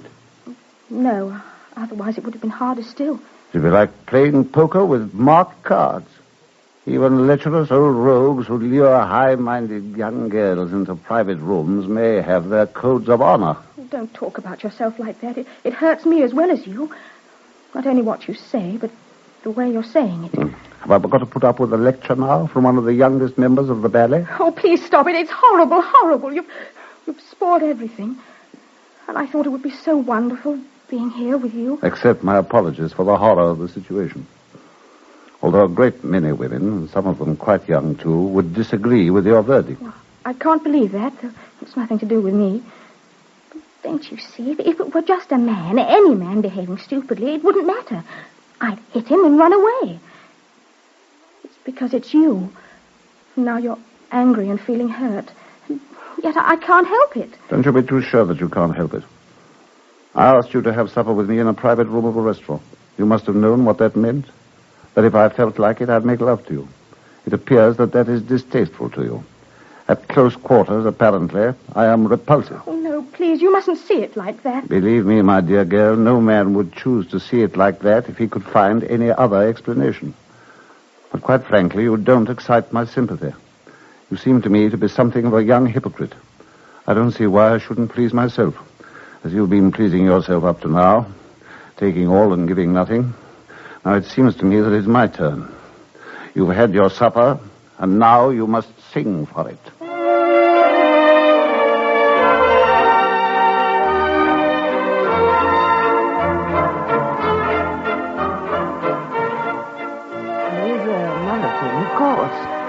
You have no humor. Oh? But it goes with lack of warmth, of life. Quite wrong. It goes with a lack of shallowness, of cynicism. I don't pretend to have any humor. I don't need it. I don't like it. Well, you may not like it, but you certainly need it, my dear boy. A lighter touch would make all the difference. Oh, that light touch. For years now, we've had nothing but that light touch, the boudoir style, the millinery manner. It has its weaknesses, certainly, but it is better than That undergraduate earnestness, the ferocity of the provincial debating societies. An hour ago you were agreeing with me. I don't understand you. I'm delighted to hear it. Unfortunately, I understand you only too well. Yours is the more interesting situation. I beg your pardon. I'm not usually so sleepy at this hour. I'm sorry if I bored you. Oh, come, I never said that. Once or twice, I thought you were quite amusing. Wait a minute. Did you hear that? Yes, from the next room. No, there's no need to interfere. Yes, there is. It sounded like a young girl. No, come back. Don't make a fool of yourself. You foolish boy.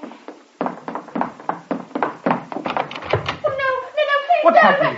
What's happening in here? Can I help? What the devil? You. Ah, very nicely timed. But I imagine well rehearsed, too. Certainly not, sir. I was in the next room here. I heard this young lady scream, and I thought for help, so you came to her rescue? Yes, you staged a fine little recognition scene. I've played dozens of them. You. Ah. So are you sure you weren't hanging about the corridor out there, waiting for the agreed signal? I was doing nothing of the sort. I was having supper with the lady in the next room. That's quite true. He was having supper with me. Max! Julia! Oh, Max, you incorrigible old rascal. Julia, behave yourself. Are introductions necessary, or are you two people already acquainted? Well, yes. That is... We both grew up in the same town. Prince. What? Are we back there again? Prince? We needn't be, Max. Florian, take her into the next room and talk to her about Prince. Huh? You don't mind, Max? Well, my dear girl, it means that you're going to keep me company for half an hour? It does. Now, off you go. All right, dear, aren't you? Yes, thank you. I should like to talk to Florian. This way, then. Julia, my dear, this is a delightful surprise. Have a little brandy. Thank you, Max. Just to keep you company. By the way, that little scene here, though not to anybody's credit, was not quite as ugly as that scream might have suggested. The girl was in no real danger, I can give you my word. Oh, I imagine that. What? But really, Max, at your age... Yes, my dear, it's humiliating, of course, deeply humiliating. The nonsense one has to talk to and listen to, the glaring falsity of the whole thing. Yes, I can imagine that, too. But why should you think for a moment that it's worth it? Well, now and again, not often, mind. The temptation's irresistible. I saw her this morning at a ballet rehearsal. We were borrowing some girls for our next production. And she looked at me so wide-eyed, so overcome. She's an admirer of mine, or was. Oh, no, Max, darling. Probably still is. We all are. Oh, thank you, Julia. Even I am. Thank you, Julia, my dear. Within reason. It's cozy, this, isn't it? Like old times. But I still don't understand why you should think it's worth it, Max. Well, even if you succeeded, what would it be? An awkward, inexperienced girl. I know. There are some things you women, with your terrible realism, don't appreciate. You imagine it's a pretty girl's face that's the attraction, but it isn't. It's the lost world of youth. Life in bloom again. The trouble is, my dear, we fellows who live in our imaginations are greedy. We demand all over again the cake we ate years ago. We want a taste in age, when at last we can appreciate them properly. The confections we gobbled so eagerly in our youth. We refuse to be the slaves of time, which takes its revenge by making us look fools and satyrs. My dear, can you understand that? I think so, Max. Yes, we have to fight and conquer time in our work, and yet the people who applaud us just for doing that would be the first to blame us for, just what you were up to. Well, exactly. I've always said you were a girl with a good mind. Oh, thank you, Max. I'm only about 15 years younger than you, after all. 15? I thought it was 10. 15. Ah, well, 15, 10, whatever age you are now. You always seem a girl to me, Julia. Which makes you a very comforting person to be with, Max, darling. Ah. By the way, were you giving that young man supper next door, like he said? Oh, yes. He's a poet. He's trying to write something for me. And this was the only time I could find to discuss his work with him. In a private room? In a private room. Why not? Oh, why not? Is his work any good? Vaguely promising. Not much warmth to it, I'm afraid. Not much life yet. And it certainly lacks humor. As a matter of fact, I was just telling him as much when you interrupted me. Ah, quite. Well, perhaps this encounter may help him a bit. It might. I can't really think it will, of course. I wonder what's happening in there. Uh-huh. So do I.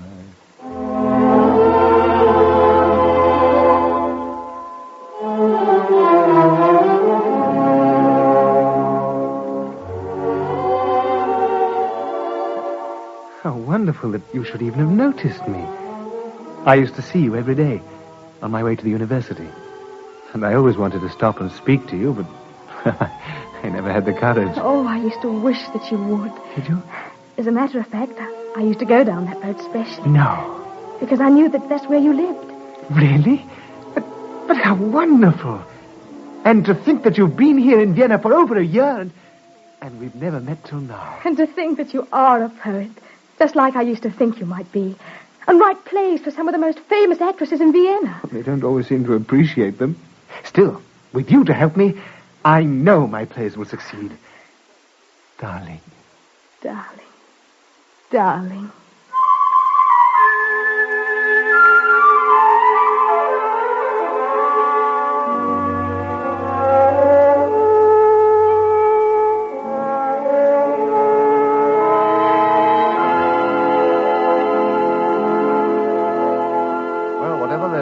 I noticed there aren't any more screams. No. They seem to be perfectly satisfied with each other. Well, hello? What's the matter now? I just remembered something else.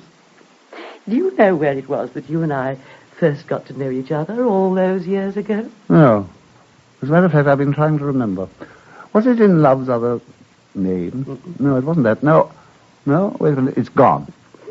You wicked old rascal. I oughtn't to tell you, but it was in that awful place. You know, our young friends in there. No. Not Prince? Yes, Prince. Don't you remember? We were out with a doll's house and Rosmer's home. And I caught cold in that fiendishly draughty old theatre just at the wrong moment, of course. And I got so feverish, I couldn't even remember my lines, and you had to prompt me all through the second act. And I absolutely hated you for it. I wouldn't let you come near me. I was furious. But yes, of course, it was in Rosmer's home. Yes. And then you went and mixed some terribly strong hot punch and said it would kill or cure me. And it nearly did. You're right, my dear. And you couldn't go on until I'd given you 5 cups of black coffee. No. And old Dongerheim was positively dancing with rage because you were so terribly pickled. Oh, yes, and so were you. Well, before you'd finished the bowl. Worse than I was. And old Dongerheim stormed at us and swore he'd have us out of the company. And I'd taken that old green cloak of his. You remember? Oh, yes, of course. And the fur hat he always wore in the winter. Do you remember the fur hat, darling? Oh, could I ever forget it?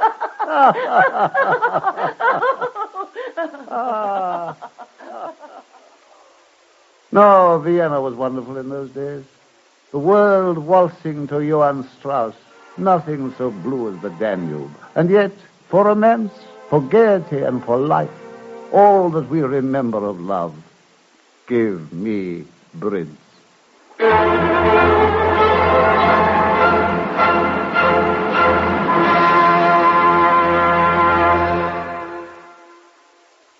This is Ralph Richardson again. This week, in our play taken from J.B. Priestley's one-act comedy, Private Rooms, the cast included Griselda Harvey as Julia, Billy Whitelaw as Elsa, Robert Rietti as Florian, and Keith Pyatt as the waiter.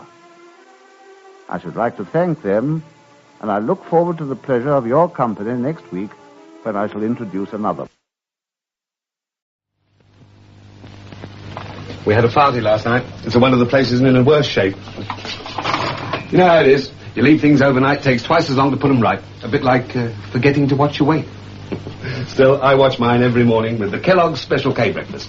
Fruit juice, black coffee or tea with lemon, a big bowl of Special K, a little milk and sugar, less than 250 calories the lot. The Weight Watchers breakfast with Kellogg's Special K. The tasty way to help you stay trim. I'm crunching my polo, dear Liza, dear Liza. I'm crunching my polo, dear Liza, crunching. The nicest thing about the mint with the hole is that it's smooth and never crumbles. You can eat polo without other people hearing. Try sucking them, dear Henry. I can't, I've already crunched them all. Classic shows from the golden age of radio. This is the Rocket Classic Radio Network.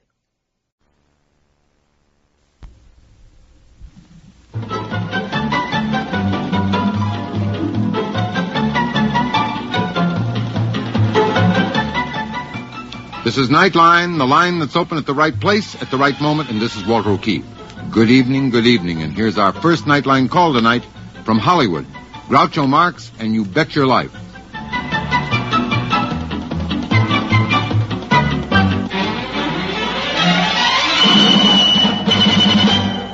Hey, George, you tell us, what is tonight's secret word?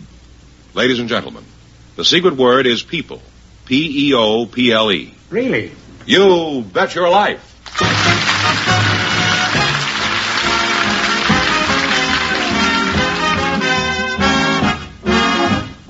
The National Broadcasting Company presents Groucho Marx in You Bet Your Life, the comedy quiz show transcribed from Hollywood.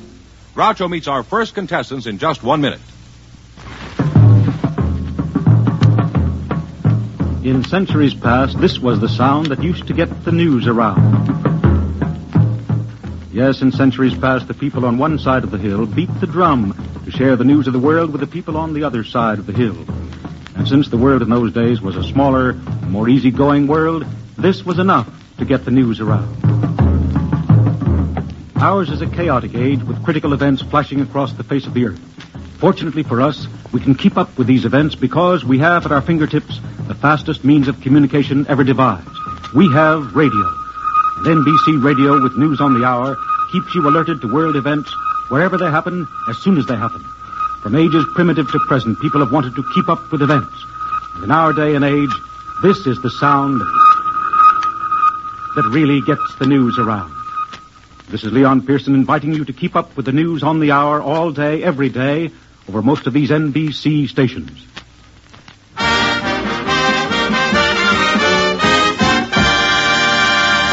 Here he is, the one, the only...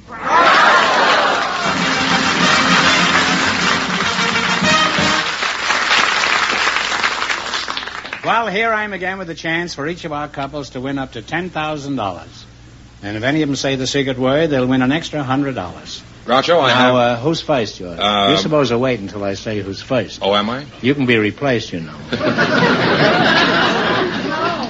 Mr. Stephen Perkins is waiting to Stephen talk. Foster, isn't it? No, Stephen Perkins is this gentleman's name. Oh, he's this waiting. is not the songwriter, huh? No. Groucho, I have Mr. Stephen Perkins waiting to talk to you, and his You partner... said that, George. His partner is a special guest, Mrs. Catherine Godfrey. And I think I might mention here that Mrs. Godfrey is Arthur Godfrey's mother. Well, shucks. Well, welcome to your best life.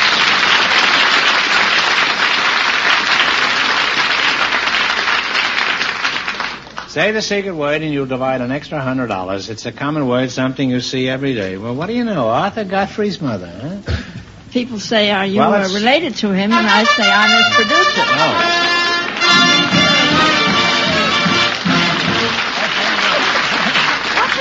Well, you said the secret word, people, so you and your partner over here split $100. So now you're wonderful. already $50 ahead. Okay. Back where you came from, huh? You're Stephen Perkins? Yes, sir. Where are you from, Mr. Perkins? Marblehead. No, I don't want a description of you. I just want to know all I want to know is where you hail from.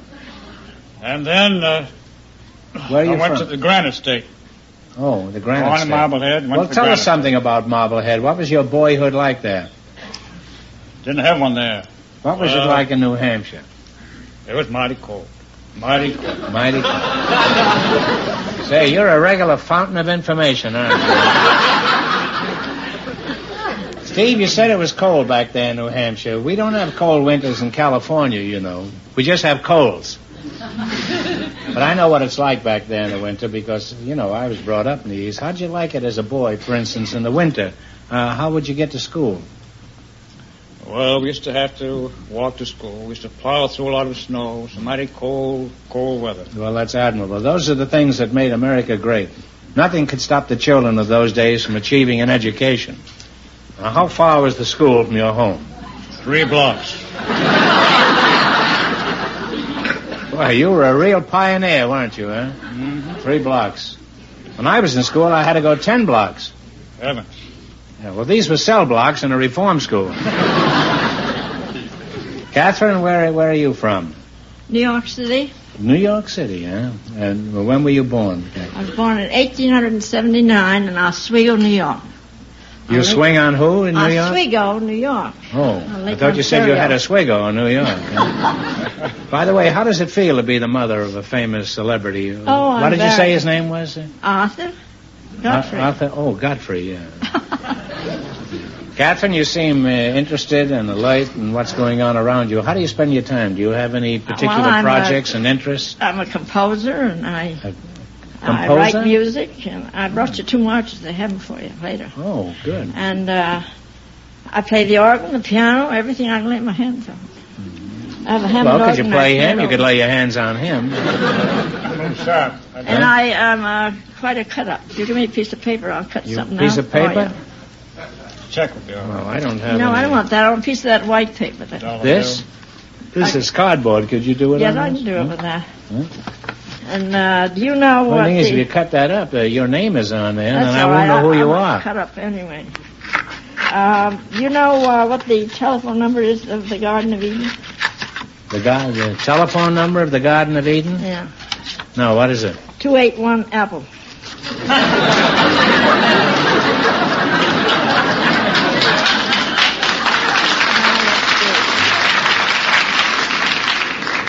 That's mighty good. I gave you a cigar instead of a pipe. No, you gave me a pipe instead of a cigar. Why did you do that? Do you object to cigar smoking? That's rather good, isn't it, huh? No glasses. You see that? I can cut your name out, but you have to have a typewriter paper to do it. No, well, I don't. I haven't even got a typewriter. Well, now, Catherine, I want you to be honest. Do you think this really looks like me? No. You know what it looks like, don't you? It looks more like one of those tea bags that your son is always holding up. Well, you're a charming couple, and I've certainly enjoyed talking to both of you. And, Catherine, I think your son is a real big talent. And when you see him, you give him my regards on another network. You think he's going to be happy with your appearance here tonight? He doesn't know it. Well, he will if he sees it, won't he? Or doesn't he? What can he do? It's all over. But do you think he'll enjoy it? Oh, he must. I mean, does he approve of you having a theatrical career? Fun. Huh? When I'm out. I do lots of club work. I sing and recite and read and everything else at clubs. Women's clubs. Yeah. Well, I mean, but does he Well, he'd rather approve? I stayed home and knit, but I'm not going to. You're the boss, though, aren't you? I'm the boss for myself. Well, you just keep throwing your weight around. You selected United States geography, and I'm going to ask you some questions. If you miss 2 in a row, you're out. If you get 4 in a row right, you win $1,000. Now, what state is famous for its bluegrass region? Kentucky. Kentucky. You have one right. Now, talk it over before you answer, because he might have a different answer. We couldn't. What state lies directly north of Louisiana? Now, talk it over. Arkansas. Arkansas is right, yeah. You have 2 right. 2 more right, and you'll have $1,000. Good. Now, in what city is the Alamo? That's in Texas. In what city? And San Antonio. And San Antonio is right. You're almost there. Get the next one right, and $1,000 is yours. Now, which of our state capitals is situated at the highest altitude? I would say Denver. Washington. I would say Denver. Denver? Oh, I want Denver. Well, I'm glad you have different answers because you're both wrong. It happens to be Santa Fe, New Mexico. Oh? That's a fooler, isn't it, huh? Well, now you have one wrong. If you get the next one wrong, the game is over for Now, you. what state is known as the land of sky blue water? From the land of sky blue water. That's Minnesota. Minnesota is right. Well, you're back on the right track. You have one right now. Now, what state lies directly east of Oregon? That is... Wait a minute. Talk it over. East of Montana. Well, what do you decide East on? of Montana, west. You said east of Oregon, did you not? East of Oregon. Oh, I thought you said east of Montana. Well, do you agree with that, Captain? Yes, Idaho. Idaho. Well, he's right. It was Idaho. I thought you said east And you of pretty near Montana. talked him out of the money, eh? Well, you have two right anyway. In what state do you find Bunker Hill? Massachusetts. Massachusetts is right. We agree on that. Now you got three right. The next one right, and you'll have your $1,000. The Lake of the Woods projection is the northernmost point of the United States. In what state is it? That's Minnesota primarily. You agree to that? Wait a minute. Minnesota. No, they haven't given it. Minnesota? It's a good thing you got him here tonight, Catherine. Minnesota is right. And you have four in a row, so you win $1,000. Oh, that's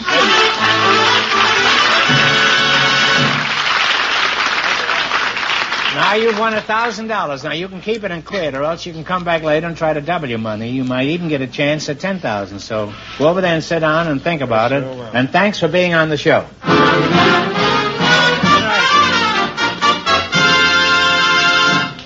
In just a moment, our second couple will join Groucho to play You Bet Your Life. Open a beer. Why, it sounds like Pabst. Pabst. Pabst is the beer that speaks for itself. It speaks with authority. It says, well done, now have a beer. It speaks of fellowship and good cheer. It says it in one word, listen here. Pabst. Blue Ribbon Beer. Pabst Brewing Company, Milwaukee.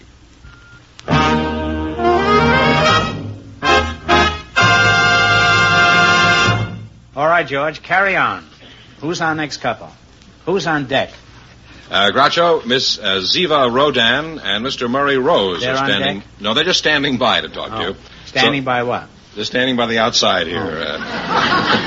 Would you please come in, folks, and meet Groucho Marx now? Welcome to You Bet Your Life. Say the secret word and divide an extra $100. It's a common word, something you see every day.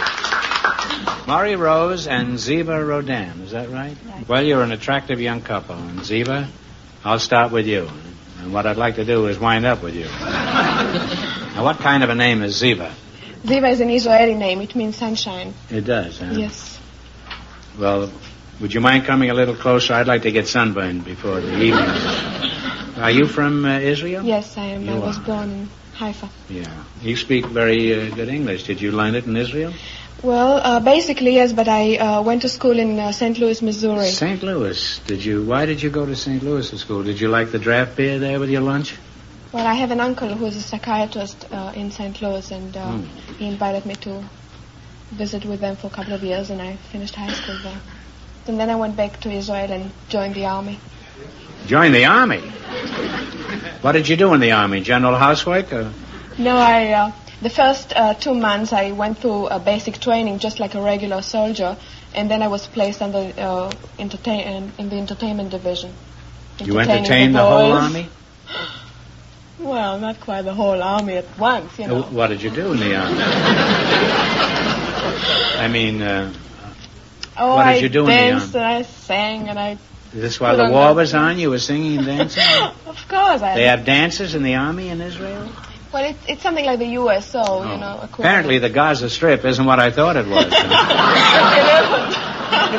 No wonder they've been fighting over it. You know... I'll get around to you in a moment, Ziva.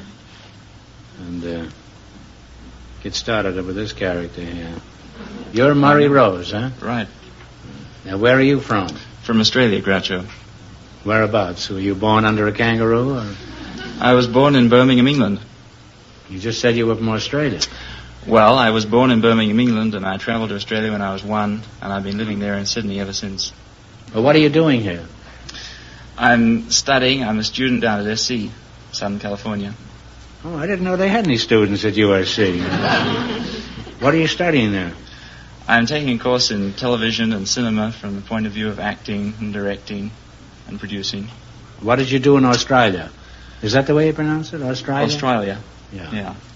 Well, I've been swimming since I was 3. You must have more barnacles on you than the Queen Mary. How old are you? 19. 19? I thought you were around 30. You're not old enough for this girl. Oh, yes, he is.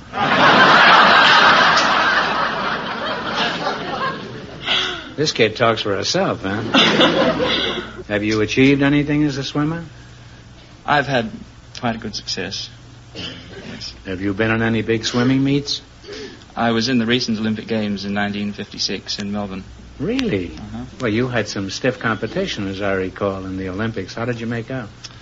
I did quite reasonably. I won 3 gold medals. This is...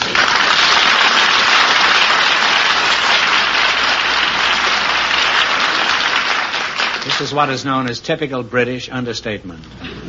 Isn't that something of a record, 3 gold medals? I believe so, yes. The last person to do it was Johnny Weissmuller in 1924. Oh, and he wound up a tree. Now, Murray, do you have any particular secrets for winning gold medals? Any training rules that we'd be interested in that would help these people out front, for example? Well, I restrict myself to no drinking, no smoking, no late nights, no dates.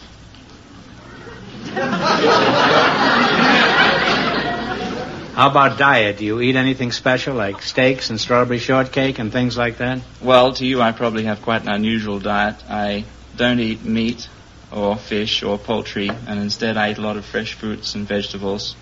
And at the same time, I stay away from most devitalized and unprocessed foods, such as white sugars and white flours.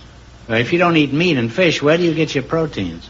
Well, from such foods as nuts and soybeans and yogurt, wheat germ. Well, now let me get this straight. You don't have any late hours, no smoking, no drinking, no girls, You said it. no steaks, and no sweets. That's right. Well, when you're out there swimming, have you ever thought of just drowning yourself?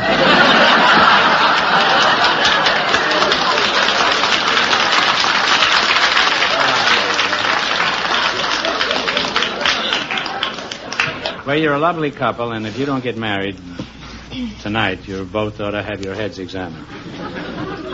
Now, you selected world geography. I'm going to ask you some questions. If you miss 2 in a row, you're through. If you get 4 in a row right, you win $1,000. What is another name for the Republic of Ireland? It's one word. Ire? That'll do. Could be Aaron, too. You now have one right. I used to know a boy in Ireland. He was an Aaron boy. No, it's E-R-I-N. Cologne is the city on the Atlantic side of the Panama Canal. What is the city on the Pacific side? It is in France, isn't it?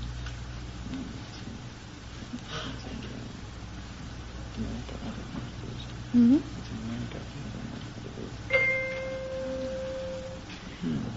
Take a guess. Well, the bell is wrong. Well, it's Balboa. Abyssinia is the former name of what country?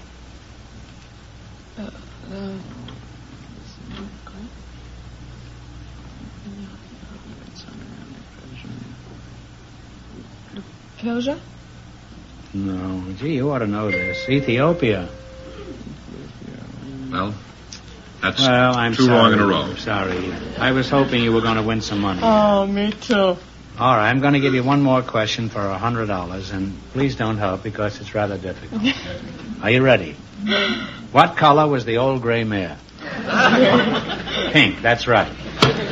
Sorry you didn't win more, but thanks anyway for being with us, and I know you're going to have a very successful future, and you too. Thanks, Groucho. You'll get along swimmingly. Before I go, I'd just like to say I'd like to donate my money to the community chest. Oh. Because I come under the rules of the Pacific Coast Conference, and they don't allow me to accept money at the present. Oh.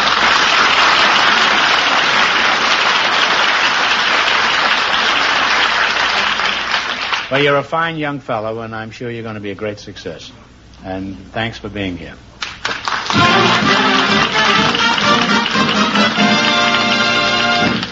We'll find out if our first couple will try for $10,000 in just a moment. Hi, folks. This is Pat O'Brien, speaking to you about the many things crippled children need. Special care, muscle training, special schooling, to name just a few. But most of all, they need to belong. They need to be part of the everyday life about them, to play in the sunshine, to be accepted by other children. Have you ever listened to the slow shuffle of young feet heavy with braces that reach from shoes to hips, or the measured tapping of the child who must walk with crutches when he plays? If you have, I'm sure you found yourself wishing that every child could walk or run freely. That is what crippled children wish, too. And you and I have a part to play in making some of their wishes come true. One of the ways to do this is by giving to Easter Seals so that more crippled children may have special care and treatment.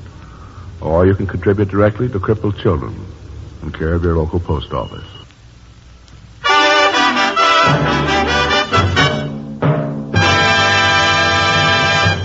George, we're ready to see who wants to get a crack at all this fabulous money. All right, here's Stephen Perkins and Mrs. Catherine Godfrey. Would you come back out here again, please? Now, if you decide to try for the 10 and you fail, you wind up with a total of 500. Now, what are you going to do? Well, I think I will let him do it, and I'll back up. Well, congratulations on winning the 500. Now, take a seat over there. Now, Mr. Perkins, you're going to try for the big money, huh? Yes, I'll go on. Now, think of a number between 1 and 10. 9. 9? Well, give the wheel a turn. Okay.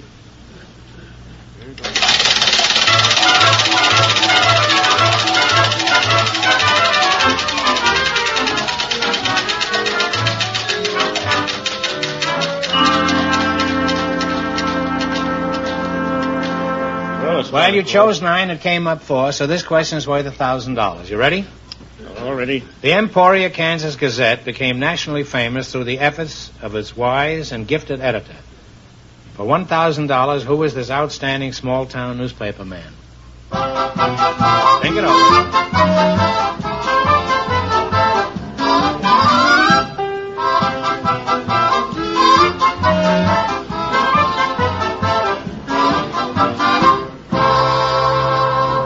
What have you got? That was Mr. White. That was William Allen White is right. Yes, he said.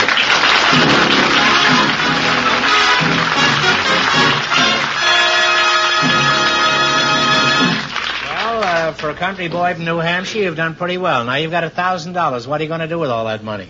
Well, I don't mind hard work, but that's a difficult decision, and I think I'll let Mrs. Perkins decide. Well, congratulations, and thanks for being with us. You bet your life.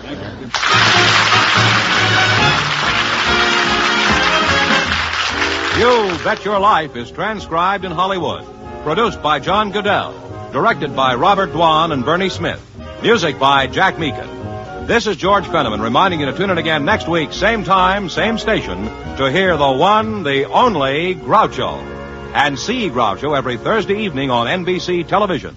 You Bet Your Life is heard by our armed forces around the world.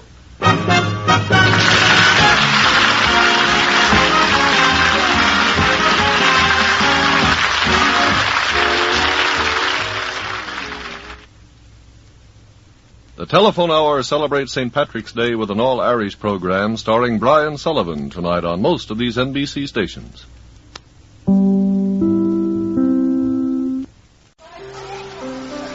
Is that proper farmhouse cheddar? No, I don't think so.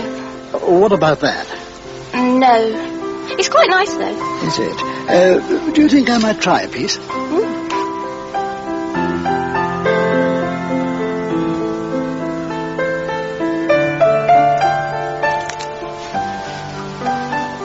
I'll have 2 ounces, please. Jacobs, the cream of cream crackers. You know, cats have minds of their own. That's why we love them. They really do know what they like. Tibby. Tibby the meat lover. And now he's easy to please with kitty cat meat and liver dinner. All the meat he loves, and tasty liver too. It might have been cooked specially for him. And Tabby? She's happier than ever. She likes both the kitty cat dinners. Now from Kitty Cat. Fish and liver and meat and liver dinners for your cat. Cats know it's good for them. Do you know the one-word recipe for cheesecake? Greens, greens, greens, greens, greens, greens, greens, greens, greens. Greens cheesecake. Greens, greens, greens. sweet, crumbly biscuit, smooth, tangy filling. Just add milk and butter, made in 10 minutes and no baking. Green's, the one-word recipe for cheesecake. Green's cheesecake. Sometimes you take so much trouble making half their pudding, you forget to make... Custard? So Brown and Polson have made instant mix custard. Real creamy custard like you'd expect from Brown and Polson. Just add boiling water. You need no milk, and you've perfect custard in seconds. Oh, yeah, beautiful colour. Are they? Oh, do you want some custard, huh? Oh, thank you. Brown and Polson instant mix custard. Good and creamy, because Brown and Polson make it. 31 and a half, 32, 33, 35, 40 and 10 is 50 and 50 is a pound. At first, when you are given change in new money, it may sound rather odd. So if you're puzzled by 31 and a half, 32, 33, 35, 40 and 10 is 50 and 50 is a pound, think decimal. Now there are 100 new pence in a pound. Think decimal. That way you'll find shopping simple. This cord is stronger than steel.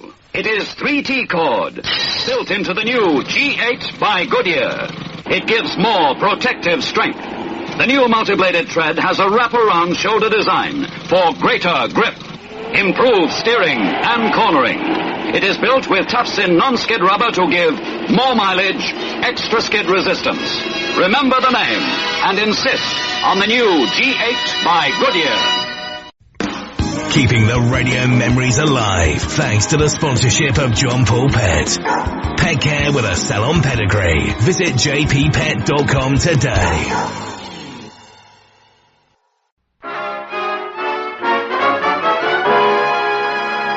The Harold Perry Show. Yeah.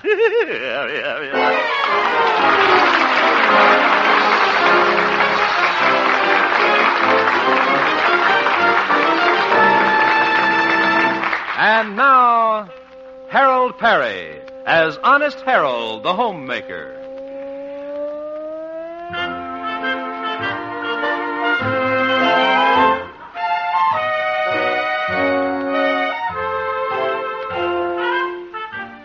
Well, it's the end of another day in Melrose Springs, and its good citizens are wending their way homeward from work. And chugging home in his 36 Essex is the town's most popular radio entertainer, Honest Harold. Well, it'll be kind of nice to get home. Think I'll just stay in with Mother tonight. Maybe I can finish that new book I've been reading, The Egg and I. Say, that reminds me. I'm supposed to stop at the market and get a dozen eggs. I can just find a place to park. Oh, there's a place right up there. I'll hurry up and pull in before somebody else... Oop! There's another car trying to beat me to it. Just a moment there. I saw this place first. He's still backing up. Oh, I'll show him. I'll get in there before he does. Hey, look out! Oh, bumped right into me. What's the matter with you up there? Where's that, Sonny?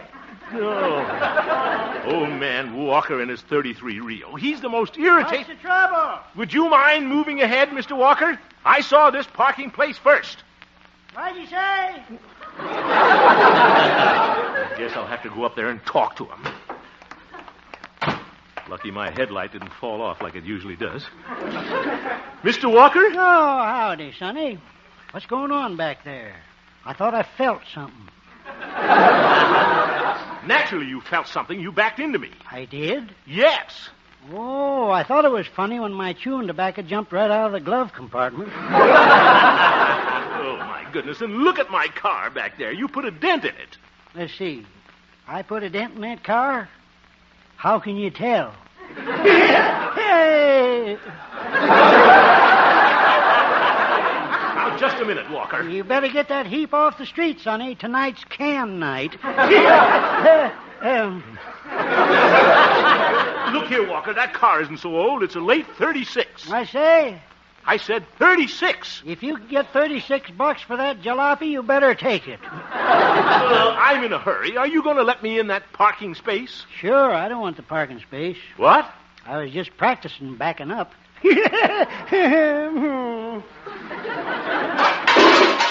Oop, you scared my headlight off. What's that? Nothing. Goodbye.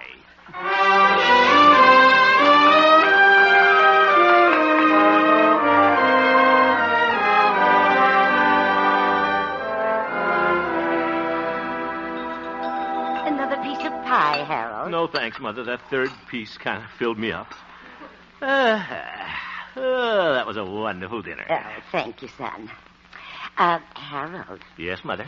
There's something I ought to tell you. Oh, what's that? Well, you'll think I'm silly. Mother? What is it? A gentleman is calling on me tonight. What? Well, Mother. A gentleman caller. Well, I think that's wonderful. Where'd you meet him? Oh, I get around. Oh, my goodness.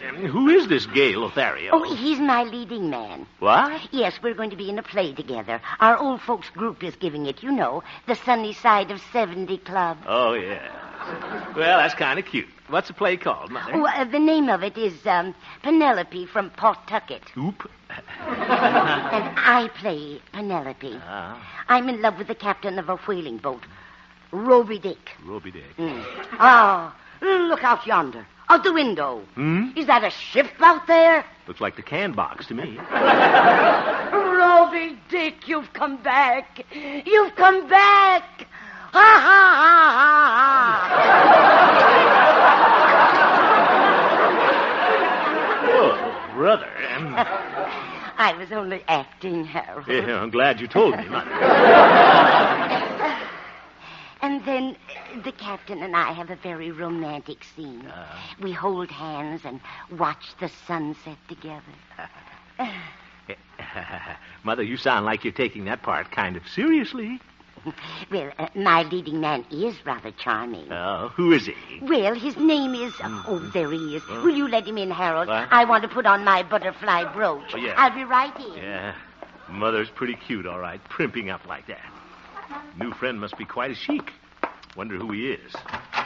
Well, hello, Sonny. Zeef. Mr. Walker, don't tell me you're Mother's leading man. Sure am, Captain Roby Dick. Haul out the fishing nets, men. I see a mackerel. That's you, Sonny. Oh, brother. Well, nice place you got here. Glad you like it. Since your mother and I are in this play together, I guess you'll be seeing a lot of me. That's ducky. I say? I said I'm very lucky. Yeah, yes, you are. Good evening, Mr. Walker. Well, hello, Mrs. Hemp. You're looking lovely this evening. Oh, thank you. Oh, Harold, have you met Mr. Walker? Oh, yes, Mother. We bumped into each other downtown. Yes, very good. Yeah, thank you very much. Oh, Penelope. Yes, Captain Roby Dick. I brought you a little something. A bag of peanut brittle. My, that was sweet of you. No, it wasn't much. It certainly wasn't. Sit down, Mr. Walker. Well, thank you, ma'am. Oop, taking my easy chair. It's a wonder he doesn't smoke my cigars, too. See, you got some cigars here. Mind if I smoke one? Oh, no. Go right ahead. Take two. They're small. Thanks. Yeah, I'll take one for the road. I wish you'd take the road. Well, I have the script. Shall we start to rehearse, Mr. Walker? Okay, Penelope. Shall we do the romantic part first? Sounds like Errol Flynn at 90. Sonny. What? Isn't it getting past your bedtime? No, I usually stay up till 9 o'clock. Well, okay. Stick around. You'll see some real acting. Chautauqua style. Yeah, oh? There's a storm a-brewing tonight. Batten down the hatches, men. Think they'll hear me in the last row? I think they'll hear you in Charlieville. Oh, heavens to fish hooks. My sweet Penelope waits for me, and here I am miles out to sea. This is terrible. This is where I leave the boat.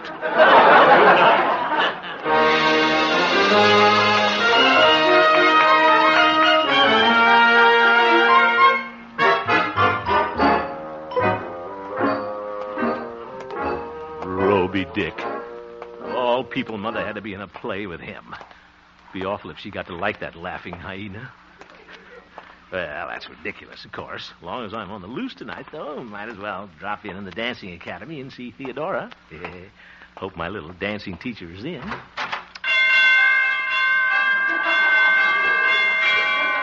Door chimes need tuning. Who is it? It's Haroldy Waroldy. Oh, Goody Woody. Gee, we play cute. Hello, Harold. Hello, Theodora. I thought you were going to stay home and read a book tonight. Well. I know. You just couldn't stay away from your little Theo. Well, could be, Besides, it was a little crowded in our parlor this evening. Mother's rehearsing a play with old Mr. Walker. Oh, isn't that cute? Well, yes. Kind of a romantic play, so it made me think of you. Oh. What shall we do tonight, Teddy Bear? Teddy Bear.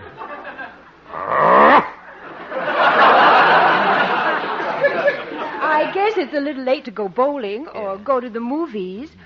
Looks like we'll just have to stay here and sit on the sofa. Yeah, too bad. Well, shall we sit down? All righty.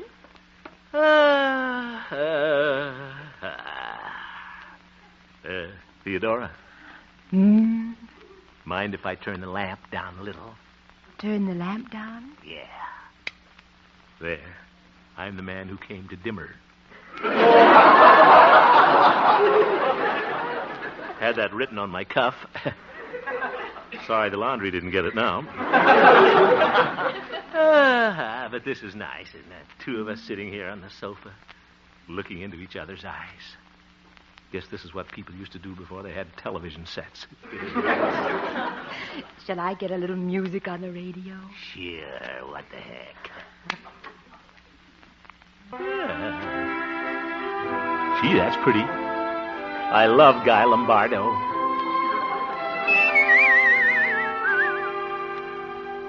In dreams I kiss your hand, madame, your dainty fingertips, and while in slumberland, madame, I'm begging for your lips. I haven't any right, madame, to do the things I do. Just when I hold you tight, madame, you vanish with the night, madame. In dreams I kiss your hand, madame, and pray my dreams come true.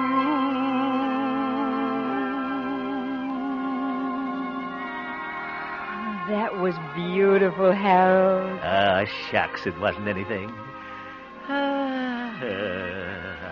You know, I think you deserve a kiss for singing that song. Well, I'm waiting. Here. Think I'll sing another chorus. I think I'd better turn off the radio. Oop, there goes Guy Lombardo. Gosh, love is wonderful, though, isn't it? Yes, it is. Harold? Yeah? I was just thinking of something. What's that? Well, I was thinking about your mother and Mr. Walker. Oh? Wouldn't it be wonderful if they fell in love and got married? Married? But, Theodora, they hardly know each other. Well, it could be love at first sight. Not at first sight of Mr. Walker. Sometimes when people are in a play together, they get very romantic. Oh? Oh, wouldn't it be cute if you went home and found out they were engaged? Engaged? Oh, no. And just think, someday Mr. Walker might be my father-in-law. Your father-in-law? Hey, that makes him my father. See you later, Theodora. Where are you going, Harold? I'm going home to Mother before she marries Father. I mean...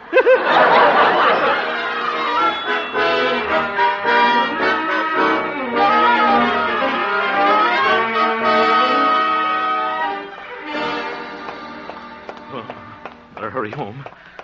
Wonder if Theodora could be right. Mother did blush a little when he handed her the peanut brittle. Gosh, suppose Mother did marry Mr. Walker. I'd have to call him Daddy. No, sir. I'd run away from home first. I'd get a job stacking soap chips at the laundromat. I wouldn't have him... Hello, Harold. Oh, hello, Doc. Howdy, boy. Well, Pete, what are you two doing around here? Oh, we just dropped by your house, Harold. Yeah, but you wasn't there. No kidding. We saw a friend of yours in the parlor, Harold. Yeah, Mr. Walker. He's an awful sweet fella. He gave us both a cigar. Oh, that was real nice of him. Oh, and Harold, you should have seen him and your mother. They look so cute, sitting there on the sofa. Yeah. They were rehearsing a scene from the play. I guess it was kind of romantic. They was holding hands. Oop. You know, it kind of reminded me of that Shakespeare play where Romeo took Juliet into a restaurant. What? Yeah. You know, Romeo'd what Juliet... That's a doozy. Yeah, it certainly is. You know, Harold, it looks to me like your mother and Mr. Walker kind of stuck on each other. What? Yes, I do declare one of these days you're liable to hear a radio news flash about that romance. Now, Pete. Scoop, my first exclusive. What mother of what young crooner will soon middle islet with what man about town? Fellas, cut it out now.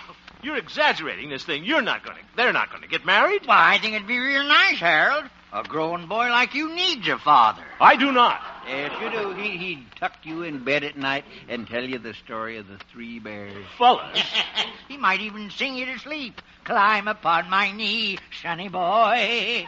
Though you're only three, sonny boy. This is what killed vaudeville.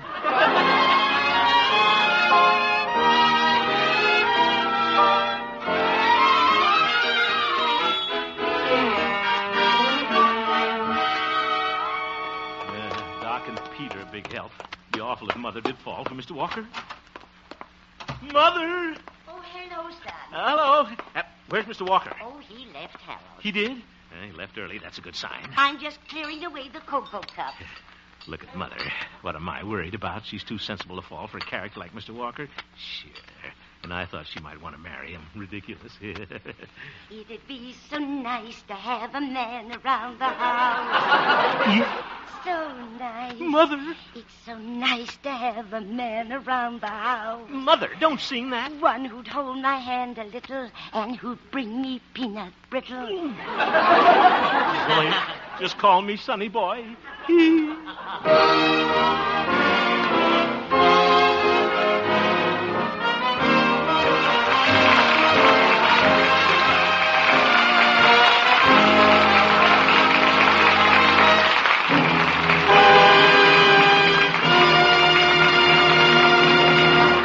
We will return for the second act of our story, Honest Harold, in just a moment. Who was the faster fellow pitching the woo? The blade of the gay 90s or the man of today? Bing Crosby and his guest, Judy Garland, have a merry debate with gags and songs to illustrate their points on tonight's CBS Bing Crosby Show.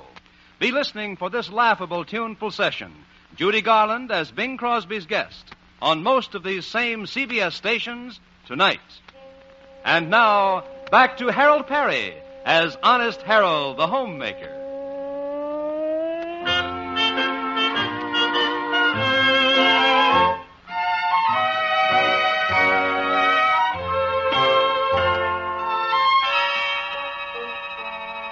Well, Honest Harold is spending a sleepless night. Every time he closes his eyes, he sees his mother married to the irritating Mr. Walker. And this is a nightmare to Harold. It's 2:00 in the morning now, and we find Harold flopping around on his bed like a tortured dolphin. What a night. Think I'll turn over on my stomach.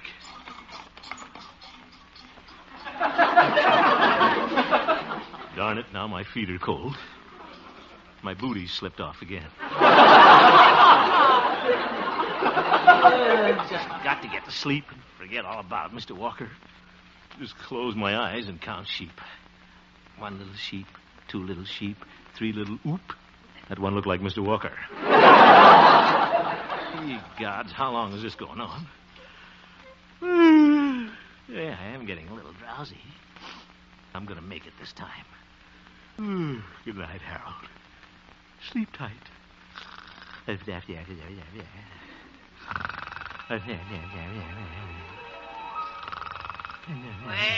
look at my little sonny boy.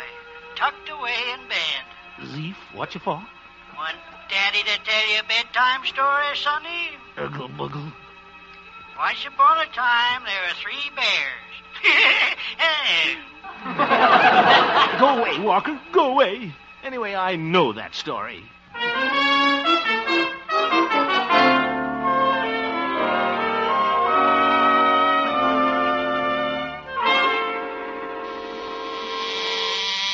Good morning, Station Case JP.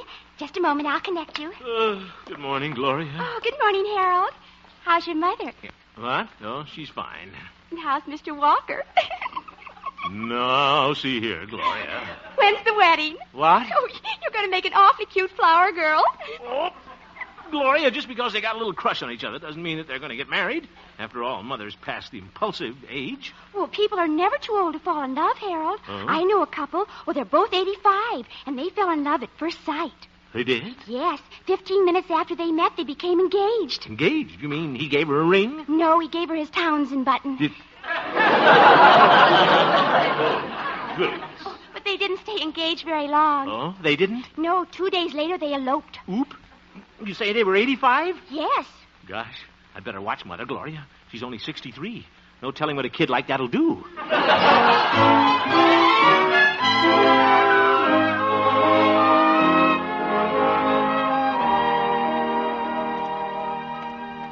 Good idea of mine, coming home for lunch. I kind of keep an eye on Mother and see what she's up to. A fine thing, playing detective with my own mother. Mother, I'm home. Oh, hello, Harold.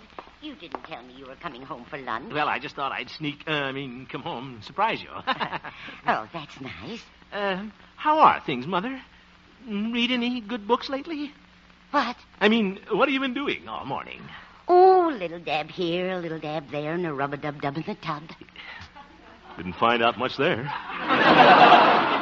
Oh, I did get a phone call from Mr. Walker. You did? Yes, and we had an awfully nice talk. And what did you talk about? About, 20 minutes. Yeah. Mother's pretty cagey, all right.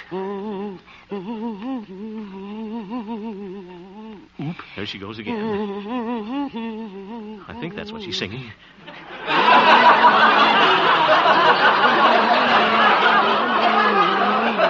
Mother? Yes? If there's anything you want to tell me, Mother, don't be afraid. I'll understand. Well, I do have something to confess, Harold. You do? Here it comes. Yes.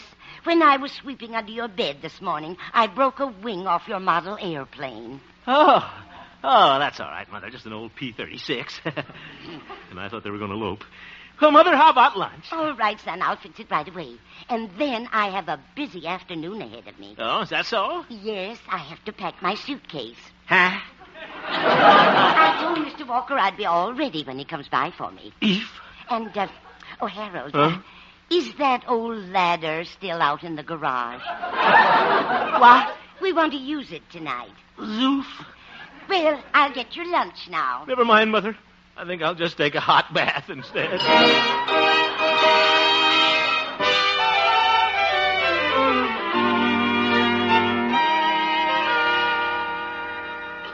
Pete and Doc, I want to thank you fellas for coming to this meeting. I certainly appreciate it. Oh, it's all right, boy. I was right here in my office anyhow. Well, I was glad to do it, Harold. Thanks. Yes, sir. When I got your phone call at the dog clinic, I said to myself, my old friend needs me. So I dropped my flea powder and rushed right over. Yeah, that's certainly very nice of you, Yes, Doc. sir. When a man's drowning and going down for the third time, who's there with a life preserver? Old Docky Ant. Yeah, all right, Doc. Now, the reason I called you fellas together is, well, it looks like my mother and Mr. Walker are going to elope tonight. Well, congratulations, Harold.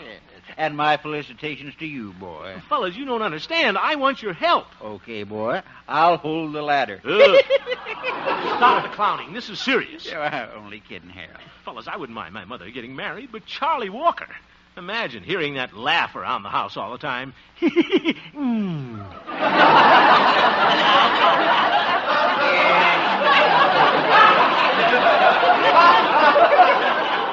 We understand, Harold. And I've got to stop Mother from rushing into this. She'd make an awful mistake. I just thought you fellas could help me figure out some way to stop them from eloping. And now, let me see. Man, I got it. Huh? I know how we can stop the elopement. You do? How, Doc? Yes, sir. Doc Yancey's come through again. What is it, Doc? Oh, Doc Yancey, you're so clever. Will you stop taking bows and tell us your idea? Well, the thing to do in a case like this is to sabotage the getaway car. How's that, boy? Well, now when Walker parks in front of Harold's house tonight, we'll just cross a few of his wires on his car and he won't be able to get away at all. Say, that'll fix his magneto. Yeah. That's a great idea, Doc. Oh, it wasn't much. All I did was save the day, that's all. You certainly did, Doc. We'll sneak over to my house as soon as it's dark, fellas. Honest Harold has just begun to fight. Mother shall not elope tonight.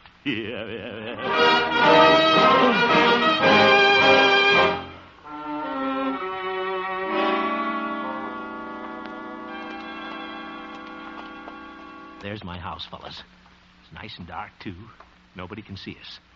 In fact, I can't even see you. Fellas, are you still with me? I'm right here, Harold. Oop. Where's Pete? Pete! Boo! Cut that out, will you, Pete? Walker will hear us out here. Is his car here, Harold? Yeah, there it is. Parked in my driveway, just like you owned the place already. And there's the ladder against the house, like I told you, at Mother's window. Well, we better get to work on the car before they come down. Yeah, okay, Doc. Shucks, fellas. Starting to feel kind of sentimental about this elopement. I think I'll just tie my shoes on the bumper and leave. Pete? Go on, Doc. I'll pull up the hood, Doc, and be quiet. All right. Yes, sir, it's a good thing I thought of this idea. Whenever you're in trouble, Harold, you just come to me. Pull up the hood. Oh. Gosh, can't even see the motor. Pretty old car. Maybe he hasn't got one. Guess we'll just have to feel around, Harold. Yeah, well, hurry up. They'll be coming down the ladder any minute. See if you can pull a wire loose. Okay. Pulling on something. Feels like fan belt. Pete, you're pulling my tie. Beg your pardon, boy. Say, I got hold of a wire. I'll loosen it up a little. It came out all together. Yeah. You won't even run now. Yeah, we better make sure. Let's see what I can do. Yeah, here's something. Oh, what do you know? I just got me a carburetor. It sure is. Well, what the heck? I might as well get in on this, too. Feel around in here. I got something. Look what I got, fellas. The fuel pump. Cheap material. Hey, you sure hit the jackpot, boy. Here, hold it, Doc. I'll see what else I can find. Haven't had so much fun since Halloween. Why, Harold, is that you out there? Oh, hello, Mother. What you doing, Sonny? I'm stopping you from eloping with my mother, Mr. Walker. Eloping? Why, Harold, whatever gave you that idea? Huh? We're not eloping. We're just going to a rehearsal of our play. You're not eloping? But what about the suitcase, Mother? And the ladder? Oh, we're just using them for props. Props? That's theatrical language, Sonny. But... Well, we better get started, Penelope. Harold, better tell him about the car, boy. Mr. Walker, I'm afraid you won't be able to go in this car of yours tonight. That ain't my car, Sonny. It's your car. Mine's out there in the street. I had to back yours out of the garage to get the ladder. If you boys will excuse us, Mr. Walker and I'd better get started. You're very well, Penelope. Well, see you later, Sonny.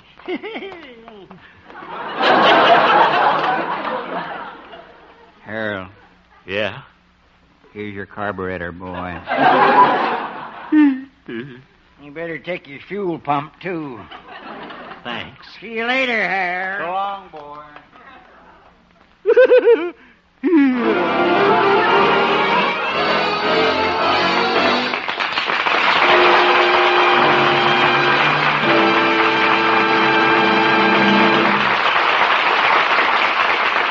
You have just heard the Harold Perry Show, Honest Harold. The supporting players tonight included Jane Morgan, Parley Bayer, Cliff Arquette, and Maury Alden, and featured Gloria Holliday as Gloria and Joseph Kearns as Old Doc Yak Yak. Norman McDonald directed, and the music was composed and conducted by Jack Meakin. Honest Harold, created by Harold Perry, was written by Gene Stone, Jack Robinson, and Dick Powell. As a hot jazz drummer with more than a touch of the ham about him, Fred McMurray will be your star on Suspense, radio's outstanding theater of thrills, tomorrow night. While playing as a member of a group called the Windy City Six, drummer McMurray will be the witness to a cold-blooded killing, following which the ham in him struggles with his fear of reprisal. Another fine star, Joseph Cotton, also visits CBS tomorrow evening. Mr. Cotton will star in A Man for the Ages, the Hallmark Playhouse drama staged in observance of Abraham Lincoln's birthday. CBS invites you to hear Fred McMurray on Suspense and Joseph Cotton on the Playhouse over most of these same stations tomorrow evening. Stay tuned now for the Bing Crosby Show, which follows immediately over most of these same CBS stations. And it's good, too. Bob Lamont speaking.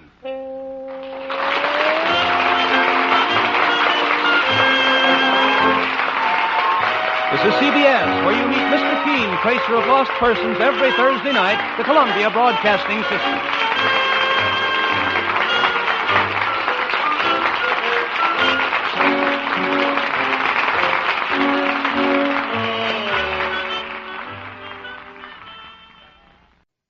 You're listening to 1940s Radio on the Rocket Classic Radio Network.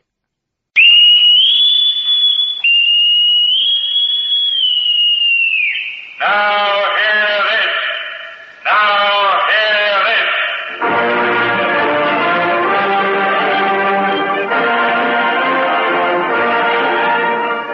The National Broadcasting Company, in cooperation with the United States Navy Recruiting Service, presents Now Hear This, dramatic stories based on the personal experiences of those gallant men and women who embody the great traditions of a great service, the United States Navy.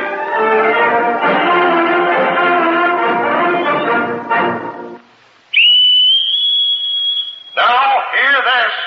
All hands turn to for inspection. All hands turn to for inspection.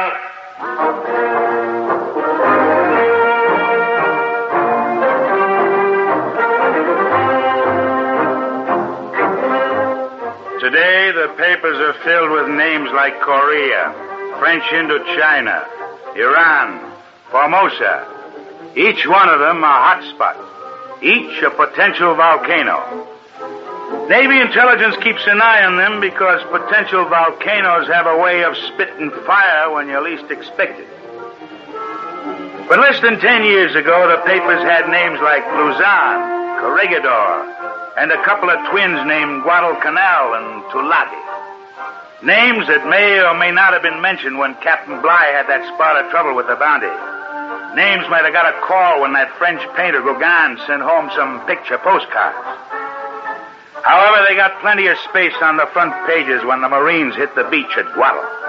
And quite a few mentions when the United States Navy consisted of half a dozen PT boats based on the shoreline of Tulagi. Got him. If we could put machine guns on these babies, we'd win the war tomorrow. What makes you so sure they're on our side, Abe? Oh, I'm sweating. I thought these South Sea Islands were supposed to be romantic. Huh. Can't be romantic and sweat. Where's the skipper? Down at the dock. Some jerk Zero put a couple of holes in us last night. We didn't find nothing. Huh? I told Lieutenant Casey there was nothing coming down the slot, but you think he believes me? Abe, we didn't even find a stinking native canoe, nothing. We found a Jap Zero. Nick Rossetti 3 times. I didn't say we were unlucky. I just said we found nothing. Oh, I'm sweating. It's no secret. All right, Commander. Hey, move over, Abe. Let the boss sit down. Okay. Oy, must be 110 in the shade. You owe me $10, Abe. Yeah, I got no place to spend it. What's the bet, Captain? I bet, Abe, the next guy walking the shack would say it's 110 in the shade. Against me, he can't be beaten. How you feel, Abe? Lousy. Jungle rat's driving me nuts. But I'm better off than Rossetti. How is he, Skipper? He'll live. Doc plugged up the holes. Couple of lousy scratches and he gets a Purple Heart. Me, I'm bleeding all over from these sores. I don't even get any sympathy. You're a crummy-looking sailor. Some sympathy. And from my favorite officer. I was out with Lieutenant Casey last night, Skipper. It's so quiet you'd think the war was over. It isn't. Why, I saw your brother, Kemper. He's living like a king. Even on Guadalcanal, he's got connections. We going for a ride tonight? Think of any reason why we shouldn't? Oh, I can think of 1,000. Pick any letter in the alphabet and I'll give you a reason. We shove off in 30 minutes. It's raining again. I'll bet this is the only place in the world that rains hot water. Weatherman said the sun is out, so I'll be ready to shove off in 30 minutes. You're riding with me, Kemp. Rather ride with Casey. He's lucky. What's wrong with Morgan? Isn't he lucky? He's had 2 PTs shot out from under him. That's lucky? Getting so I can smack him with either hand. You know something, Bill? Take a look at that dock, will you? 6 PT boats. The United States Navy. I got a letter from home. In my local paper, they call Tulagi a formidable naval base. You get that? Formidable.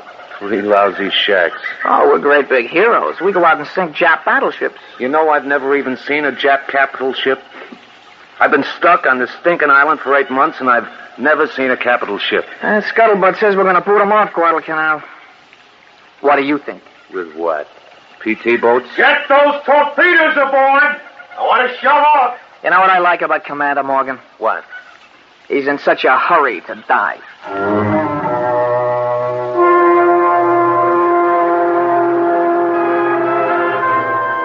A 6 ships no bigger than a matchbox against the whole Japanese Navy. A Navy that was determined to keep their soldiers on Guadalcanal, keep them there and kick us off. A 6 PT boats that had to hold the fort until we were ready to make our move. Not ships, boats that could be blown clear out of the water with a cap pistol. Manned by men who were sick and tired and praying for help. Men who hopped into their little rowboats and went out night after night to do battle against the Japanese fleet. To take on anything that might come their way.